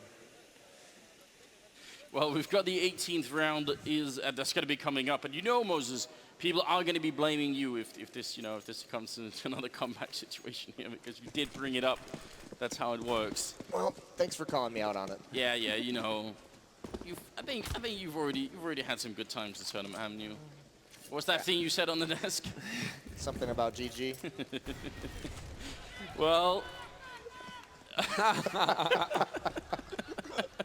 thank you guys. We have hot mics are fun mics, guys. Yeah, that's a very good saying indeed. Taco and Cold Sierra, they are in the B-bomb side. They have the exact same setup as in the pistol round, similar, and I mean, this time it might be even better. There's no armor on these Na'Vi players. This could be an actual slaughter. Yeah, they're going to get shredded. And they're going for a similar setup here, Luminosity. Taco's got that pop flash ready to go. Cold is holding right next to him. So it's going to be that 1-2 combination punch here. It's the same as their pistol round. And actually, that might help Na'Vi, I mean, figure out what's going on, but they just don't have anything to deal with it. There you go. Boop. And they all just get murdered. Taco double kill for him. Cold slaps down Guardian. They will find the man trying desperately to plant on the site. Great deny there, actually, man. Cold Zera saving it, because if Seas gets that bonus money, it's looking much better for Na'Vi in the next round. They would have a full buy across the board. Now, Na'Vi, they aren't quite there. They're going to be limited on nades. So I always identify that position with Pronax, but obviously he plays it alone. But Pronax's timing in that position is really scary for some reason. I can't really explain that. What I do like about the way that they're setting it up is that Cold Sierra is actually watching the flashbang, you know? He's watching it for like the first seconds, then he turns around, and then they just go for the slaughter. It's actually a very, very good setup. Well, and if you're a terrorist coming at that and you see that pop flash kind of come out, even if you're blind, you're always going to expect the peek to come from that right side. So Cold peeking on the other is what's expected to throw him off just a little bit. Well, Na'Vi's chance to make their mark on the second half here. 11-7 is the current split, so only a 4-round lead for Na'Vi, which is at this level, which is the absolute highest, obviously. Not necessarily that much. Things could quickly get out of control. Taco trying to return the spray there. And he's spraying back with an M4A4, which is significant. It was an M4A1, then the terrorist on the other side wouldn't know because there makes no traces through the smoke, but he can see where that bullet is coming from, so you got to be careful about spraying too much like that. Again, though, Na'Vi, I mean, there's a minute left in this round, and they're out of smokes. They have to do something with what they just laid down. This has to have an impact. And it looks like a lot of players huddled up in these B tunnels. Taco's the lone man at this bomb site. LG does not have a read on what's happening quite yet. No, they don't actually have much information at all. Fur, with that smoke going down a window, it means that Fur has to try and play from connector. FNX is keeping an eye there as well. Taco has spotted it, though, and the game is up. Now the rotation has to come out here from Luminosity. Fur, FNX hauling over here, but Taco, he's going to be the first line, and he loses versus Guardian. Cold on short. Is he going to be able to actually bring it back? Big spray from him, but Edward with the backstab settles it, and it's a man advantage now going into the retake here for Luminosity. Guardian is trying to force their hand, trying to go for the shoulder peek, and Edward will be the one to get the flank, but Fur drops the bomb carrier, and now it's all on Edward. 1v2, Fallen with the angle, and Fur on the site, and it's all over. Fallen, sick shot, and just holding the angle patiently gets it all done.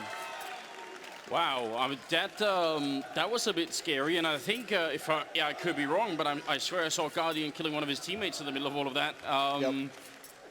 I mean, he did. Yeah, one team kill in the middle of it. That's not going to put the whole team on tilt. But you know, it's not like Guardian has had an amazing game yet. He's still bottom of the scoreboard, just like he was in the first half. So you know, for him personally, maybe that's a bit frustrating.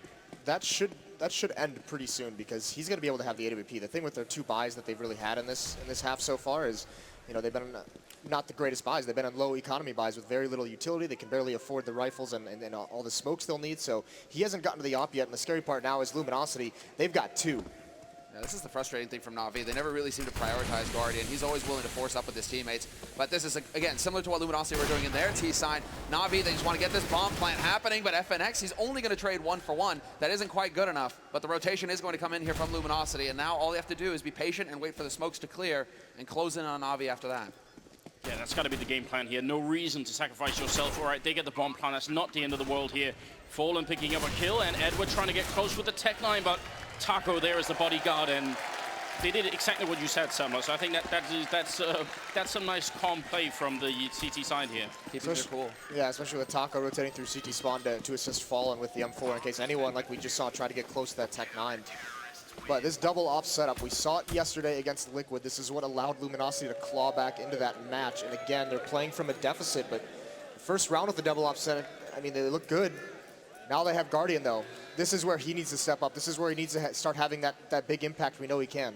I mean, he was talking about it in the video as well going into this match, how he handles the pressure, but this is when it's at its worst. Now his team really needs him to step up. He needs to have that impact with the sniper rifle. It's not about him underperforming, it's about his team needing him now. And Na'Vi, standard fare for them, it seems, although Guardian might be going into underpass. No, he's up in apartments right now. He's actually looking to see if Taco's playing aggressive, something that Luminosity have been doing at the beginning of this CT half. They have been, you know, going with the aggressive peaks, aggressive setups, looking towards B apartments. Guardian was hoping to punish that. Yeah, well, especially because they know Taco jump peaked the last round where they sent a lot B, so he's just trying to go for that early shot, see if he can catch Taco out of the air. I do want to point out, you see Cold Series sort of turning around up in Catwalk there, looking into the wall. That's something pro players do, because if you look at the audio source, you can actually determine where people are going. So it's not like he's looking through the wall, but that's just how it works, in case you're wondering and you're confused about how that works out. We do have some mid-control coming in, or at least a play for it here for Na'Vi, but they need some good grenades up to make sure that they don't just get entried here. Fur in a very dangerous position. Pushed up far, going for the first kill, and Such will be falling. Seized, he really wants to return that, but there's no reason why LG should be fighting this now. About 50 seconds left, and it looks like the other part of that Na'Vi push that was supposed to go into the A-bomb site is setting up outside, but how do they finish this now? This is such an intriguing way to play mid-control if you're CTs. 3 members over towards Catwalk, just spotting for B, playing a retake on that bomb site, but Taco and Fur being aggressive. No one peeking from window and no one peeking from connector either. And we got the chant going right now, but Na'Vi, they need it. Being down a man and not having many nades to work with makes their lives very difficult, but it is going to be a commit to the A side here from them. All 3 players from Luminosity who are over on the B side are going to have to start rotating because the defense on the A side is about to get overwhelmed. Although, as I say that, FNX and Fallen start the party. Seized in connector will pick up the rotator, but instantly traded, and Guardian, just like that, he's lost his entire team. The lack of nades is having an impact here. When you try and rush onto that A site and you have to worry about all of these angles, a couple of flashes could make a big deal, but Guardian, he's having that impact, and he is going to die right before the clock goes up. 6 shot from Cold, but Guardian should have made that money. He should have died right before, and he did. Well, 11 and 10 I mean, the comeback is definitely looking very good at the moment. We've got 6 rounds in a row here for Luminosity, which is exactly what Na'Vi got when they had their first half going into the CT side here. So that also should tell you that it's too soon to start sort of losing all hope if you're on the Na'Vi side here. Still some good Counter-Strike to come, but this is, from a viewership point of view, this is what we wanted, right? If you're watching this game and enjoying it, then you'd want this to go the full distance here. Na'Vi, they have money. Everyone except for Zeus could buy an AK and armor. What do you think, Moses? I mean, obviously they are going to make the money. You don't save with this kind of an economy. But what's the play here? What haven't they done yet on the terrorist side, Na'Vi? I mean, if I'm Na'Vi, I actually maybe go for a little bit of a half buy to try maybe the Tech 9 and armor, but you need to get Nop in Guardian's hands. You need him to start getting going in this half, and if they buy here when he's only at 3,700, that's too many rounds that you've squandered with him not having the weapon he's known for. All the players, we've had that segment where every single player said Guardian's the best op in the world. Put it in his hands, let him win you some rounds, put him in mid, don't put him in the B halls. Let him control the map with that AWP, see if he can get a pick. I mean, I don't have a count in my head, but there is also an argument to be made sometimes that, you know, if your AWP player isn't really connecting, I mean, granted he hasn't had it in his hands a lot, but we haven't been seeing some of those super flashy plays from him. Sometimes we do see players, even on the Na'Vi team, sort of step back and say, all right, you do the AWP instead, and I'll just play with the AK. They go with the double op strategy from time to time. Seized is there, but right now Zeus is usually the man who drops, and there we go. That's what I was waiting for. I was waiting to see it. Obviously, you guys can't. You'll see it in 15 seconds.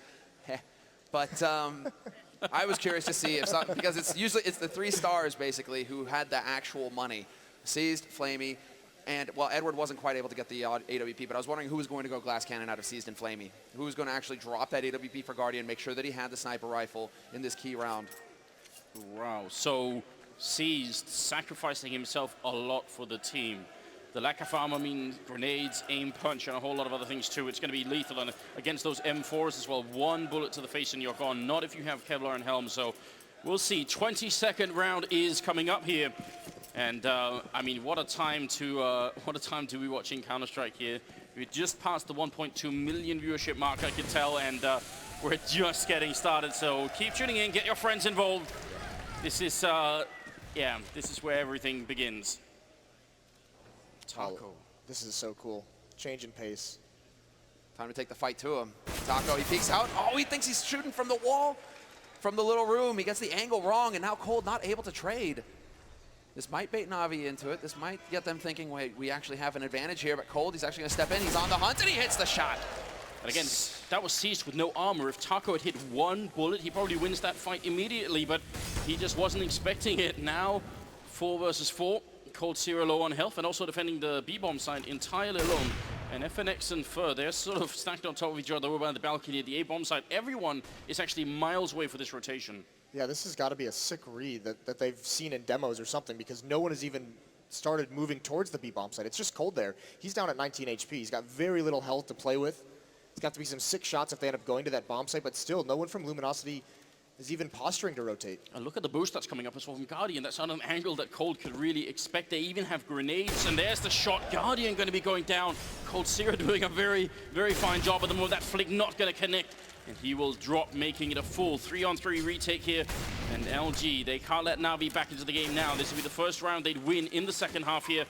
Going to be Fallen trying to see if he can make it out of Kitchen. FNX also trying to put some bullets through here. Rotation coming through from Fur on Catwalk, but it's very slow, and Zeus, he actually makes that jump somehow. They don't get the shot in on him. There's going to be Edward going down. Now, a 2-on-3. Flamey and Zeus, they have to hold on to this round.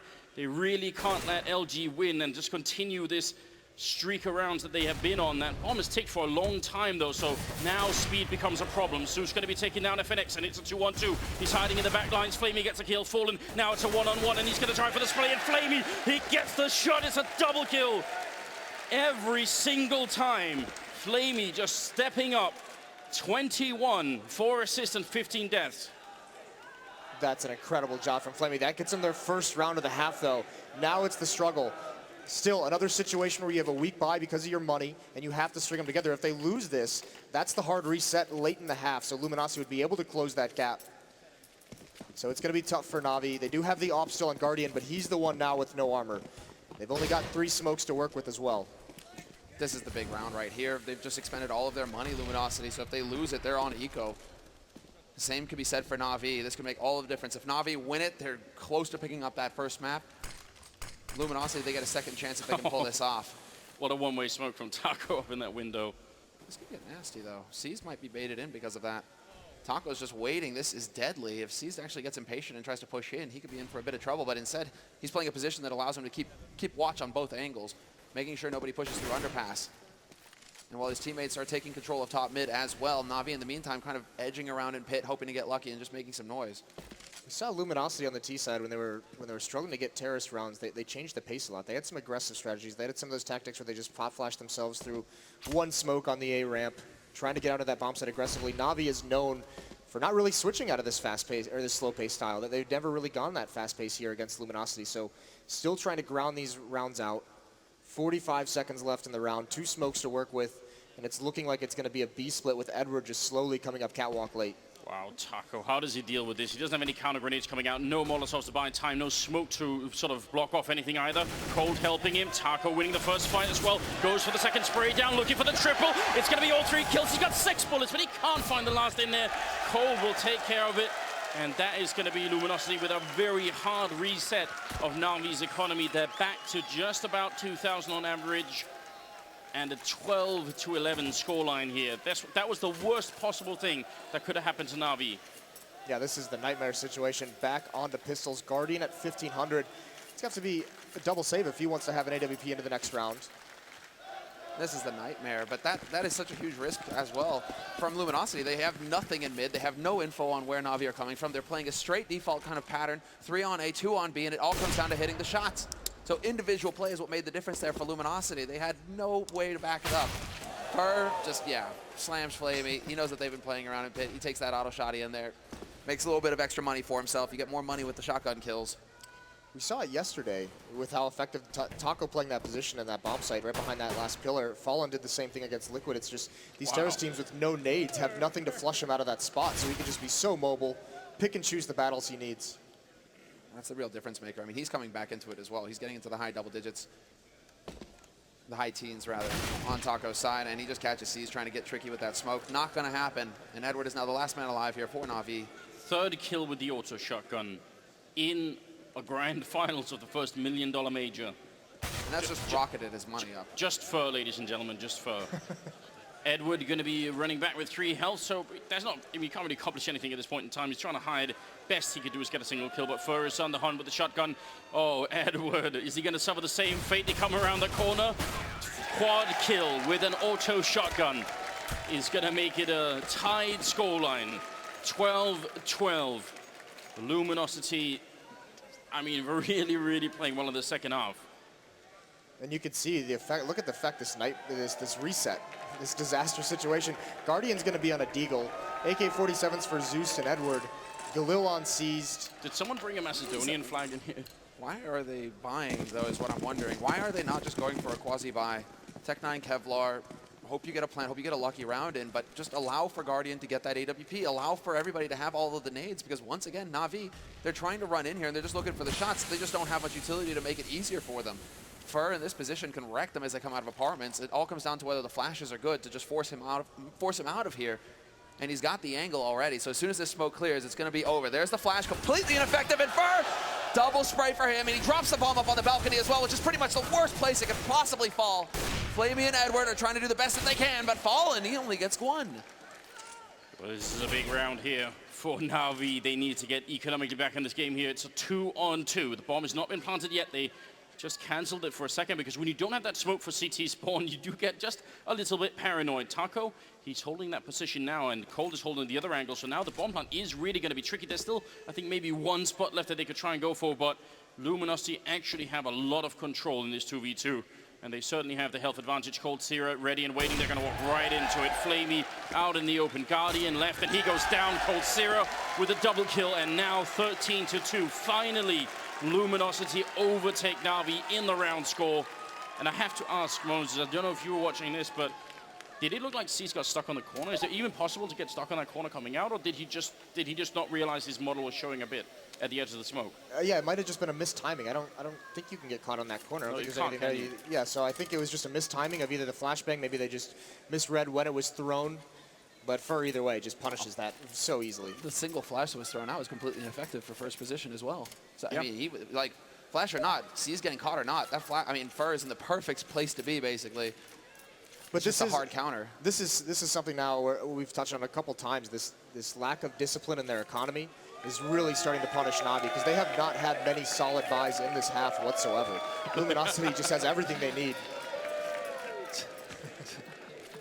It is a buy. You were talking about the lack of discipline in the economy here. We've got 4 Tech-9s, 1 Galil. A lot, if not more, almost everything in this first map here rides on the outcome of this one round for Navi. Luminosity, they have some money to buy if they lose the round. They have at least some bank on Cold and Fallen, but the rest are going to be in a lot of trouble. Fur close here in the ladder room, and they're trying to push in on him. He only has 20 bullets here, but he's got some backup in Cold Zero, and they're just not getting the kills. Cold with the double, looking for the triple, but Su's going to run him down with that Tech-9. Now Taco on the bomb site here. They're getting very close, seized, just dodging and diving, and Taco out of bullets in the corner. He's going to die to Navi, and that's going to be Fallen and FNX 2 on 2. They are so close to actually winning this map. They need another couple of kills, and Zeus is going to pick it up. He's got 2 health left against Fallen. Now a one-on-one, and he needs this clutch. The bomb is out in the open, and Fallen is just ice cold. He's not even moving from this angle. He's just in the kitchen waiting, and there's the shot. Fallen going to be able to take him out, putting them at 14 rounds. That is incredible stuff. Navi somehow almost makes that work. But now this is that position that they have no more rounds that they can save. That was their last chance to kind of save around and get a solid buy going on, because it's not necessarily the weaponry they have, it's the nades that they can use in those rounds. We saw that time, the limited nades that Navi did have, they used it. Luminosity throws some nice counter flashes, some nice counter nades, stalls them out completely, but Navi just has to push forward into like really, really bad fights for them just because they have no more utility to rethrow. This round they only have a flashbang at this point. They've already used their one smoke. Yeah, they have the single flash on Edward. There was a little shakiness, something that we're not used to seeing between Fur and Taco, you know, drawing out their sprays that gave Navi the chance to capitalize on that. But I think Luminosity, after winning that round, they're going to be settled and ready to just take this first map. It's all on Navi now to come up with something magical. Where are the grenades, Moses? Where are they at? They're all gone. They're all gone. This is going to be so difficult for them, especially with Galil's trying to win some of these battles. Guardian, no armor. It's actually Cease who's going to be the one that looks like to take some initial fight. Edward's trying to work his way up catwalk, using a little bit of his smoke for cover, but that's gone now as well. And Cold falls for it. Cease with great positioning. They thought all those grenades had worked out. Fur going to be going down. Navi not giving up without a fight. Taco going to go for the quick peek, but he's got to be careful to get... Oh, he hits that shot! Taco announcing himself as a good AWPer here. That's about the right time to do it, as well as Flamey goes down. Luminosity are taking some very quick steps here towards winning the first map. Zeus and Guardian, they are going to be left and trying to get out. Guardian showing up with a kill on Fallen, and that's the perfect start. The bomb is going to go down. Guardian is covering him. He's not even looking at the jungle right now. Going to be peeking in again. He hits the shot on FNX, and now it's Taco alone. 1-on-2. He goes for the beak. He takes down one more for the triple kill, and now Zeus hiding inside the bomb site. Taco trying to see if he can make it in. This would be one of the biggest clutches of his career and possibly win the map. He's going to go for the quick spray through. Zeus is on the other side. Taco trying to see if he can make it around. He jumps. He goes down, and Zeus going to be able to win the round. Navi keeping themselves alive. Just barely. Guardian bails him out there. In a round where they have to win those duels, because of the lack of nades, Guardian just peeks and grabs 2 quick ones, falling out in the open, and then covers his teammate off towards jungle, but Taco almost able to make a hero play. The issue with this win from Navi is that you can't rely on winning those duels. A lot of those are 50-50 battles that they're taking. You can't always rely on them to close this match out, so they're going to have to come up with something. Fortunately, the money for the Luminosity side is now very, very weak. Fallen has plenty of it. Yeah, this is a pretty hard reset, actually, on Fur FNX. The thing is that Fallen has the 9,300 in the bank, so they should be able to actually do something with that. But yeah, the misbuy on Taco, just a sole MP7, that's going to cost them. I mean, Navi, thanks to the bomb plant, they actually get something out of this. I mean, they're still able to get a buy, and they save the AWP, so they have a healthy buy as well. This is actually a very, for how dominant Luminosity has been in this half, this is now a really sketchy situation for them. This is why we're seeing the pause, so they can talk this out. Because if Luminosity buys into this round and they happen to lose it, yeah, they're out of money. And then they're going to have no money for essentially the rest of the half. And this late in the game, that kind of a reset can allow Navi to get up towards 15 or 16 rounds. Just to point out as well, both the Na'Vi rounds they've had in the second half have been one member of Na'Vi surviving. That doesn't inspire a lot of confidence when you're going into the last couple of rounds here of this map. This got to be a really tense situation for both teams. I love how it's so similar to how the first map played, the first half played out as well. That this, I mean, again, one of the key clutches goes Navi's ways. This is what prevented Luminosity from getting off to a strong start in the first half and dominating that T side, is that all the clutches kept going Navi's way. And so if Zeus, you know, he's able to keep delivering like this, I mean, I'm just still blown away that Taco actually outduels Guardian, completely shuts down 1v2 on B side. Like, where is this Taco coming from? He's just wrecking right now. We just need more of that for Luminosity to be able to close out this first map. Otherwise, Na'Vi will be in the lead. Well, the game is going to resume in 15 seconds, ladies and gentlemen. We'll get back into it here. Na'Vi, they should be able to steal this round away, unless Luminosity are going to go for sort of last second buy here, which... would you recommend it, Moses? Is it that time? No. I don't think so, because Fallen can drop multiple M4s, so why risk it into this round when the next time you can have much, much more behind it? He can drop it, and actually they're going to go for it. Or at least Cold is. So this is... We got some frenzies in the scene. It's still paused. Yeah, keep it up. I love it. It's been a good crowd this weekend, hasn't it? It's been so sick. It's been ridiculous. It's been amazing. Yeah, we got our money's worth here. Well, this is, it is really intriguing what they're going to do with this money. This buy by Cold. Okay.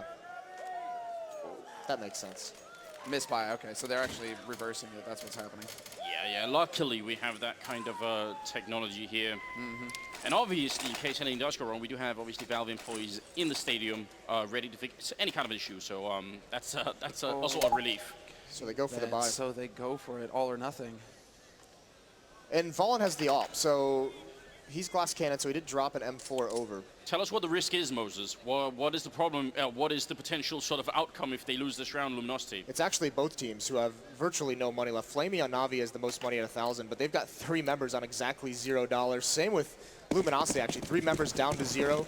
The loser of this round this late in the match is going to have to save or just force buy up on the pistols. I mean, this would be such a huge advantage. And for Luminosity on 14, if they win this and get to 15 and go against pistols to win this first map, that's a very, very scary situation for Na'Vi to be in at the moment. Look how far up for an FNX are right here. Even if they don't find anyone, which we can see on the minimap they won't, this gives them so much information. If they peek around this corner and don't see anyone, that is a lot of sort of tactical information they can draw on what Na'Vi are doing here. And it might make the final difference. What it is also, FNX is there to support him, so if Fer actually hears anything, FNX can pop flash over. They don't have a lot of nades, so they've got to go for some kind of tricky, aggressive play. They've got to do something that can kind of equalize the situation because their arsenal is much weaker. So they have to catch him off guard somehow. And look at Flaming Seas. They're actually walking. They could be walking into the trap. This could be awful for them. FNX is going to spot it, and you're right. He has the flashbang still. He saved it for a long time. Down to 55 seconds. You could just pop that randomly if you want to, but they are keeping it ice cold right now. This one very simple, very default trick that's coming out. See if it's going to be quite enough for them. Fallen, he's controlling windows still. They actually made the jump on Nova. Edward going to be coming in here. Flamey and C still not moving up on the slope here. Fallen looking for the shot. He's got his crosshair right on him, but he's not pulling the trigger just yet. And on the other side, Fer going to engage the battle. First skill comes in. FNX with the follow-up, the 1-2 punch combination, and Seas and Flamey are going to be going down now. Zeus has to try and salvage it. He's coming up into the Tetris boxes, getting the first skill in. Edward with the follow-up. Na'Vi, they're trying to bring it back. Zeus covering the whole bomb site here. He kills FNX as well. Turns around. Cold Zero very nearly dead. Taco, he's there with the flank, but everybody in the bomb site has already died. There's only 10 seconds left. If he kills the bomb planter here, that's going to be the end of the round. He goes for it, but it's a second too late. Taco, he just doesn't make it, and now it's a 1-on-2. I'm just waiting to see if that clutch is going to come through here because Taco, he's got the angle on one, but it's a perfect crossfire, and that is an impossible situation for him to find himself in. Perfect positioning from Na'Vi. One in connector, one on the site. No matter which way Taco looks, he's going to get caught in the back as soon as he shows himself. So very well done there by Na'Vi, and just hats off to Zeus for coming through in a huge way here for his team. 25 kills. Well, and a few of them in pretty much the most important round of the map. Yeah, that was sick. You did warn them, Moses. Yep. This is such a tough spot to be in. So they're going to have to essentially allow Na'Vi to get up towards 15, barring anything crazy, but there's no armor bot on the Luminosity side. There's no nades whatsoever. They're completely out of money. So that next round, they're going to have to try and force overtime with whatever they can have. 1 C set 75. When has that ever made a difference? It's not in the hands of Cold, though. Or Flusher. Or Flusher, exactly. Basically the two best CZ players in the world. But FNX, I mean, he's got the clutch potential. He can make something happen here at all times. It all comes down to, well, timing basically here for Luminosity, because we can see they have a very close stack towards pits right now on a site in case Na'Vi wanted to go for a straight smoke round and just try and completely close the map out that way. They would have been ready to counter it, but now that the clock keeps ticking in Na'Vi, they aren't really biting on anything just yet. It's not really going to pan out for Luminosity in these close positions. Instead, Na'Vi, they're putting much more focus over towards that B site for now. Well, look at how they can abuse, actually, this battle. Cold runs out of bullets, but look at how they can abuse Luminosity. They take mid control. With the rifles, they can win these duels from range, but Fur actually finds the opening one, but now Flamey and Edward respond right back. That's the important one right there. Well, we talked about the 1C set 75. It's at least going to be in the right position here for FNX, but the range is a little bit too much there. If he had maybe waited a couple of seconds, there might have been an opening. Fallen, going to try and see if he can get the crossing kill, but not going to happen. And Fur, with the stolen AK, is going to be running away and trying to hide halfway across the map. So this is going to put Na'Vi at map point, 15 to 14. This is going to be so difficult now. And they should definitely be hunting right now. I mean, Na'Vi, they can afford to sack at least one more player to get this gun off of Fur, and that's why they're sending Flamey up the top mid. And they're also making their way through CT. That's Edward on the hunt over there. But if they can catch out Fur, it would have a huge impact here on Luminosity's last round, you know, to be able to put up a fight. They're already going to be limited on utility, Luminosity.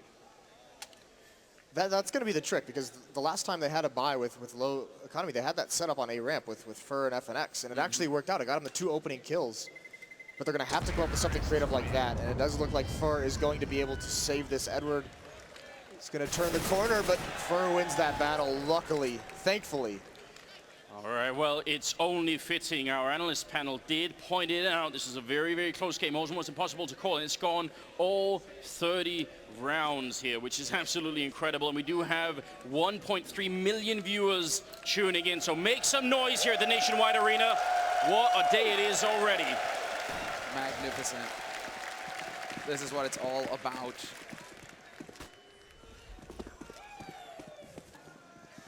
Mid control again for Na'Vi, and actually very aggressively. This is a little bit quicker. No smokes were even up by the time they came out. They might have had to take some duels, and Flamey's going to win a battle at A very quickly up A ramp, but FNX evens things out. That kind of trade early on, not exactly what Luminosity need right now. They have at least a few more grenades than the previous rounds, but Na'Vi, they've just found the right rhythm here. Just at the end of the half, it seems they figured out exactly what works. Now, they just need another 4 kills and they'll be able to make it through. Otherwise, we could be going to overtime.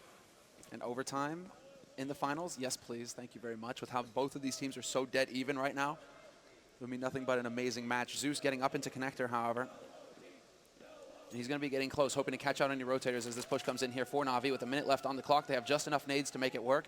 And he's taking the peek, trying to get as much information as possible. I mean, this kind of execute with Zeus being this far up in connector and without being spotted, that's going to be really scary. If they get the right smokes in, then how is anyone, if Fur tries to rotate in, try and stop anything, Zeus is going to shoot him in the back. They've got such a good position. And Zeus, I don't know why he's moving around so much. He really shouldn't be the first guy in here peeking. Should wait for the rest of Na'Vi to actually make the execute happen. He looks a little bit nervous right now. Fur hiding in the corner. Zeus going to be making his way around. That Molotov there. It's going to be the first kill coming in. Fur now got a little bit left. He's got the smoke as well. Backup coming in. He's got the knife out. Actually, 2 bullets left. Trying to see if he can get the reload up. Somehow he's still alive. And Cold Zero, they get the kill. Na'Vi, how did this go wrong? Now it's a 2-on-4. And Seized and Edward, they're on the slope. At least they have the bomb down. But this is such a tough round to win here. Luminosity, they're trying to make it back in. Another 2 kills. And we'd be going to overtime. Seized. He has the Molotov. He's going to try and put it out. Gets the spray down, kills 1 Fur with the refrag now all on Edward. He's out there, the bomb is ticking away. He gets the first kill in, but he can't get it. The Molotov not going to save the round, and we are going to overtime. And in a packed stadium, no less. First map of the grand finals. It could only happen this way, but it's such a scary situation to find yourself in now as both of these teams, there's so much riding on this. Both of them had opportunities to actually close out this map and win it.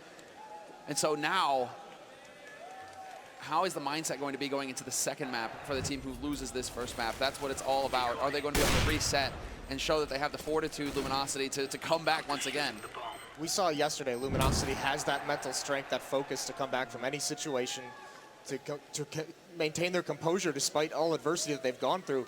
Navi's kind of, won every map throughout this tournament. They haven't been tested like this quite yet. But both these teams, with how many times they've played each other this year, they always know it's going to be this grind-out game. They always know it's going to be this close coming down to the wire.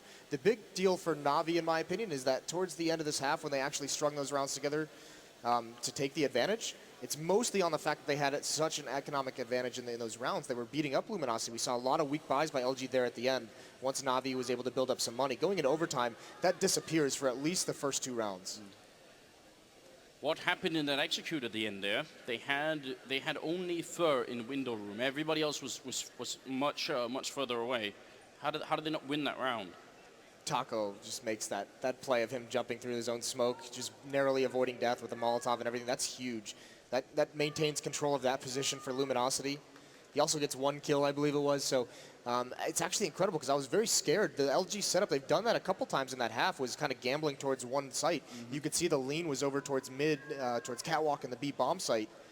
No one was even in CT spawn. That avenue of retake really wasn't there for LG, so a huge win for them. But Navi have been doing a very good job of keeping LG guessing as well with these CT setups. They've actually shown some variety in their play, willing to go to A site, willing to go to B site. They haven't been focusing too much on one or the other, and that makes it much more difficult for that CT in-game leader to call, where to stack his men. Now, we have to assume there are a couple of new viewers with this many people watching. So again, we're now playing an MR3 10,000 starting money overtime. That means you get to play 3 rounds on the side that you're already on. Then you switch halves and play another 3 rounds on the other side. You need to win 4 in total, which means the first team to 19 rounds here is going to be the winner. Or double overtime is definitely possible. We've had overtimes all throughout this tournament, actually, all the way back to the group stage. And we're already in. So let's see. Fallen, position on the A site. Not going to find anybody yet. And once again, Navi, at this point, they're going through the motions. They're trying to get control of mid. Aggressive nades going down here, trying to change things up, actually, here for Luminosity. And they aren't wasting any time, Navi. Once they get the mid control, they go straight up connector. And FNX is in a bit of a tight spot. Flamey's there to enter it. He actually picks up the first kill. And now, Navi, they can actually slow down the pace and force Luminosity to make a mistake here. Well, this change of pace itself, essentially a rush, but look at Fur, all that smoke. That second smoke was up, but Navi's so fast-paced, Luminosity not used to that kind of speed. What is C's doing? Because Fur, exactly, he has actually got the positioning on Fur. So even if Fur decides to go up connector, C's, he's going to have the perfect spot for this. Bomb has not been planted yet. Cold is actually going to deny it, and Fur, he gets the drop in the end. So he still has an impact, even with C's and the positioning, it works out. He didn't know he was too far back on up top mid. He didn't realize that Fur was there. Otherwise, they would have instantly got the kill. We're with the bomb down here, and there is a smoke and a Molotov on Cold Zero. So if they smoke off that bomb, look at Zeus running all the way back. Where are they doing? I was surprised they at least didn't try and recover the bomb. Then they could have gone to the B bomb site. 45 seconds. They still have 40 seconds to play with here. Are they going to try and go for something clever? Cold has got this angle on window. He realizes that if they buddy up, the boost can come through, and he's worried about some kind of pressure coming in here on short. Sees, misses the jump, and that might have just saved his life. It's funny how these things work out, but Cole, this is an important battle to win, and he can't do it. Zeus finds him. No. Fallen going to go aggressive. He lands that shot on Seized, and now there's just 15 seconds left here. Fallen trying to see if he can clutch the 1v2. He's got the first kill in. Susan's got a double of his own. The bomb has been picked up, but this time he can't actually run to the B-bomb site. He gets planted, and he's not faking it. He just goes straight for it. And now one missed shot here for Fallen could cost him his life. He's trying to push closer. He gets it through the box, but he needs another one. Pistols out as well. He goes for the shot. Now, oh, the headshot comes through. And Zeus with the triple kill. That's going to be Navi winning the first round of overtime. Wow. I can't even describe how difficult that is when you get hit through the box like that, down to that low HP. To hit a headshot like that, that is a big-time play. Getting into that shoulder peak war. Fallen reacting a little bit there with the P2K looking to find the shot. If he had tagged him or not, that might have worked, but he decides to go back to the op, and eventually that's actually what cost him his life. Zeus with the perfect timing for the peak, and now all the pressure's on Luminosity here, losing that CT sound. That first CT round was starting with only $10,000. When you're buying ops, your bank, it goes away so quickly. As you guys can see, light on the nades here for Luminosity. If they lose this round, they'll be on a 4-spy for the last round of the first half, and it's pretty much all over for them at that point. Na'Vi will be able to run away with it. FNX, though, from Shadow is going to catch Flamey looking the wrong way. And now the pressure's on here for Na'Vi. Can they actually hold this line? Guardian not going to miss the shot. Stops him cold, but he cannot get rid of Fur. On the back line, you're right. Fallen going to pick up that kill. Cold Zero gets the kill, and now it is actually Cold Zero killing himself somehow. I'm not even sure how. I think he jumped into the middle of the map, and there is some fall distance there. So that's a bit unfortunate, but I don't think it'll have an impact on the round here. Zeus, he clutched the line last time. This time it should be almost impossible. And Fur, he's going to pick up the double kill. And FNX, how many grenades did they spend on trying to get rid of his position? They had the Molotov up on the balcony. They had flashbangs and HEs rolling into the shadows, and still they couldn't actually. And we only got the one trade, but he just stayed alive for a long time. It's the most important one, is that first kill on these executes prevents the progress towards the bomb site for Na'Vi. Guardian was the last one there with the op, had to stay back. He can't really do it too effective entering onto a bomb site. Can certainly get some picks, but that pop flash to help FNX out, that was a huge, huge support play from Luminosity. Oh wow, and T-side double up, Na'Vi. This is a big play here. And actually, Fur, whoa, the misclick might have cost him his life there. Edward, is he going to find the headshot in the end? No, but Fur, he keeps the pressure on. And this is interesting from Luminosity. Last round of the CT half, they've played very passively in mid, and they actually decided to push Fur all the way up the top mid to throw Na'Vi off. Na'Vi have gone for the change of pace. Luminosity doing the same thing on their CT side. There's actually decent control here. Zeus and Seas and underpass. Now Guardian and Edward are going to come back towards mid. Fur is just biding his time, though. He's just waiting, expecting there to be a smoke in this window room, and from this angle, he'll be able to get a pick once it fades, and that might catch Na'Vi off guard. And he can hear all this as well. He can hear Seas jumping up. It's a lot of info to go off of. Fur, he's got a perfect spot. If they decide to come through here, he can catch somebody coming out of underpass, and he hears these steps as well. So information, but Zeus will find the headshot. Not going to get caught off guard. And no instant repeat coming in from Luminosity. That's all Guardian is waiting for. He's like, yep, you're down a man. You're going to have to make a play at some point, but he decides to fall off, and that's exactly when Cold starts going for the shoulder peaks. Na'Vi, not a lucky break this time around for Guardian. Instead, they're going to have to do it the hard way and actually crack open a site. And they are pushing into the one position where the AWP is. That might be the saving grace here as they're a man down. Taco, not going to be able to get the kill. They're pretending that it's going to be a B push. And right now, Luminosity are eating it as well. There's 3 members here, and on the other side, just Fallen holding. So he's going to hit more than just a couple of AWP shots to make this work. 18 seconds left. They're trying to make their way in. There's Fallen with the first kill. The bomb is dropped as well. 14 seconds. Na'Vi. Surely they won't be running out of time. That'd be the worst way to lose the overtime here. He's going to try and get the Molotov in. 6 seconds left. That's going to be a bomb plant. Guardian just running in there, not worrying about any kind of coverage. And we'll see. 4 on 4 for the retake. Now Luminosity, all of them coming from the same place as well. And this clever play. Cole, does he make it work? Nobody there to greet him, unfortunately. Now he's going to have to push in with his mates. All 4 players from Luminosity have to commit. And there's the first spot. FNX, he spots out Seas, gets the headshot, but Zeus trades. Brings it back to the 3-on-3. Guardian with the angle, and Tetris not reacting in time. And the man advantage now for Luminosity. They have the kits as well, and they have the bullets too. Cold takes out Zeus, and it's all on Edward here. 1v2. Has to bait down Fallen, and he hits the shot, but Fallen will drop him. There's just not enough time. Once again, Edward coming through with the huge clutch for Na'Vi to make all the difference. What a play from Edward. That's about the biggest smile I've ever seen Edward have on his face. Twice that it's in the tournament, in big rounds. Like that, I mean, the Cajun B one was pretty dirty, but that is sick. And Fallen, he's been so consistent hitting the shot so far, and he misses the one key play right there. To be able to, he had the angle on Edward as well. As soon as Edward gets his kill, boom, Fallen is in, but Edward's so on point. The shoulder peek baits out the shot. The experience to do that and not just swing really wide to try and take that battle. But once he knows he's baited out the shot as well, he just goes for, he knows the reload time. He just peeks out, grabs the diffuser. That's Na'Vi winning 2 out of 3 rounds in overtime on their T side. That's half of what they got when they had 50 rounds to play with. You have to assume that they are heavily favored here going into the next half of overtime. This is going to be, it's going to have to require some really, really deep tactics coming out of Luminosity to make sure that they can at least get 2 rounds, if not 3. It's going to be a huge struggle as well. Because like we said, I mean, look at this performance, though, from Zeus. He's got 30 kills. And this is one thing that we always touch on when we said Na'Vi, this surge that they've had lately, is all 5 members at any point can have this kind of an impact. It wasn't always like this.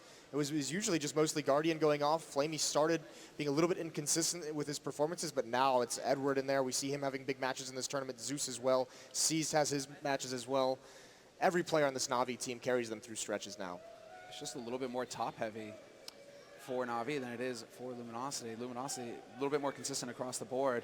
You know what it obviously was? It was that picture that Markelov was tweeting earlier where they got Senia and they got Starix in there and they had everyone together, the whole Na'Vi gang. Zeus just sort of reminding himself, oh, I remember what this was like. Yeah, right? There was a time. But no, even in that time, Markelov was the wrecking ball, so I don't even know. Yeah. Andrew still believes. I mean, Of poor course. Markelov. Well, he had one good game this him and Lerpus, you know, still got that. Yeah, I'm never giving up that hope. Never. It's going to be 17-16 as we go into the second half of overtime. If you are just joining us, then you've got to stick around. It's only the first map of the grand finals here. There's so much more to come. So invite your friends, and let's see how far we could push this. Na'Vi, they are in prime position. They need 2 more rounds here on the CT side.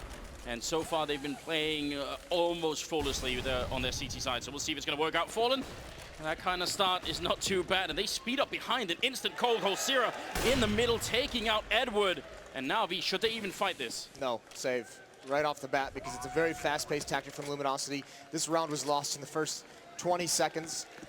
And now, I mean, this is the thing we talked about, how punishing it was for Luminosity to lose that first CT round in the first half of overtime. Na'Vi needs to keep these guns. They need to be able to have the utility. They need to be able to have the nades that they're going to need in the next round. Not only that, they need to have the option to have Guardian on and up and also drop one for seized, try and maintain it. Oh yeah, this is all about setting up and saving. And Luminosity, of course, they're aware of this, and they don't have to worry about any money at all. They're about to win this first round, so they're going to be super solid now. So they can actually catch them out. FNX right around the angle. Are we going to have the flash? Oh, that's so good. Luminosity with the team. They remember, they're like, we have so much utility, we might as well make use of it. That's such a smart play. Even just that one kill is huge. I mean, Moses, you've played even in CPLs. How badly outplayed do you feel when that happens? You know, you've got like some weird off angle. You're not standing in a common spot on the map, and then you see all of a couple of pixels of a flashbang and you're dead. It's just so, you're just like, oh man, what can I do now? You don't expect that kind of a pop flash whatsoever. Late in the round, bomb about to explode. It's just soul crushing. Auto Sniper is the answer, and it has been in this tournament before. We've seen some really big plays with it. Now would be about that time here. Luminosity tying the scoreline up at 17-17. Flamey going to be peeking out again right into Fallen's AWP. Zeus on the ladder. He goes down. Fur catching Edward. A gold Sierra with a shot on Guardian to bring him down, and now seized. I don't even know what to do if you're seized. He goes down to FNX. 18-17 Luminosity. Where is this coming from? Na'Vi is not prepared for this kind of aggression and pace that Luminosity has brought into overtime. And that purchase of the auto sniper on Flamey, he might be regretting that at the moment, because you can see it hurts the economy so much. Such an expensive weapon. Scout goes out onto Cease. He also has no armor. I love it that Luminosity, they're going for these aggressive plays, not because they're taking the fight to Na'Vi, but because they're not allowing themselves to get nervous. Slow play rounds, pressure mounts, pressure builds. You're thinking of everything that's on the line. You do not want to miss your shot. The longer you drag it out, the worse it can be. But they take a huge advantage here. They actually put themselves on map point with 2 very quick, clean rounds, just straight onto the sights, no fear at all. And there's the first shot. Fallen catches C's peeking, and that's going to start things off strong. Even spots out Guardian, goes for the re-peek though, and Guardian not going to miss. It's a little bit too much out of Fallen, perhaps, trying to go for that re-peek once he spots the AWP having the angle. Maybe feeling just a little bit of momentum after that sick jump shot. And also, that's, I mean, we saw it with Edward in the clutch. That's also experience telling there for Guardian. He could have pulled the trigger late, gotten shoulder peeked, and then Fallen wins. But instead, he keeps his calm. He's like, yep, got you.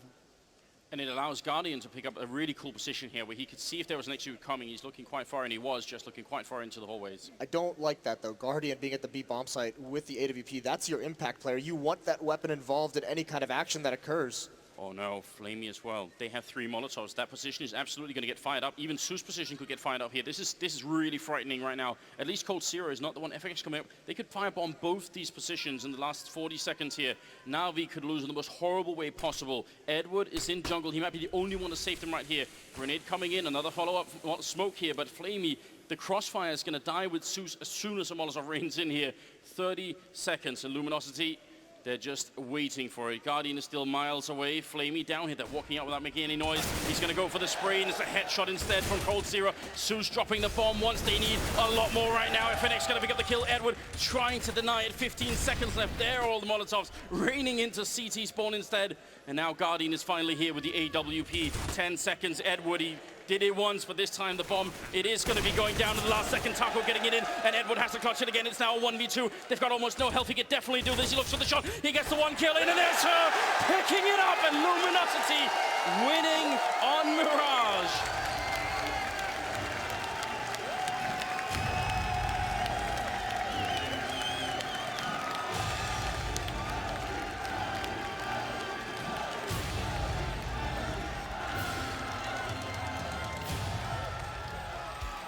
That is an intense first map of the Grand Finals.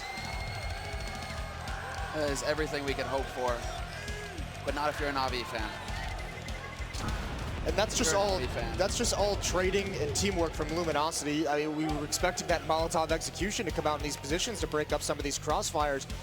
But they didn't want to give any indication they were coming. They didn't want to give the jump on any of the rotations from the B bomb site. They didn't want to give them those extra seconds of knowledge to get over in time. They're just so efficient. That's the whole point of it all, right? You know, on the A side, on the B side, in the first 2 rounds of their T sides, right? Moving in together, that death ball, getting that 4-man unit together, just boom, crash into the site. If the first guy dies, no problem. The second guy's in there to get the trade frag efficiently, and you get onto the site that way. You just grind your way in there. This was a little bit more of a delayed sort of scenario, but it's exactly the same concept. They move in together, that pair of 3, and they just smash through the defense. Zeus tried to do the best that he could with the 1 trade, but it's just not enough.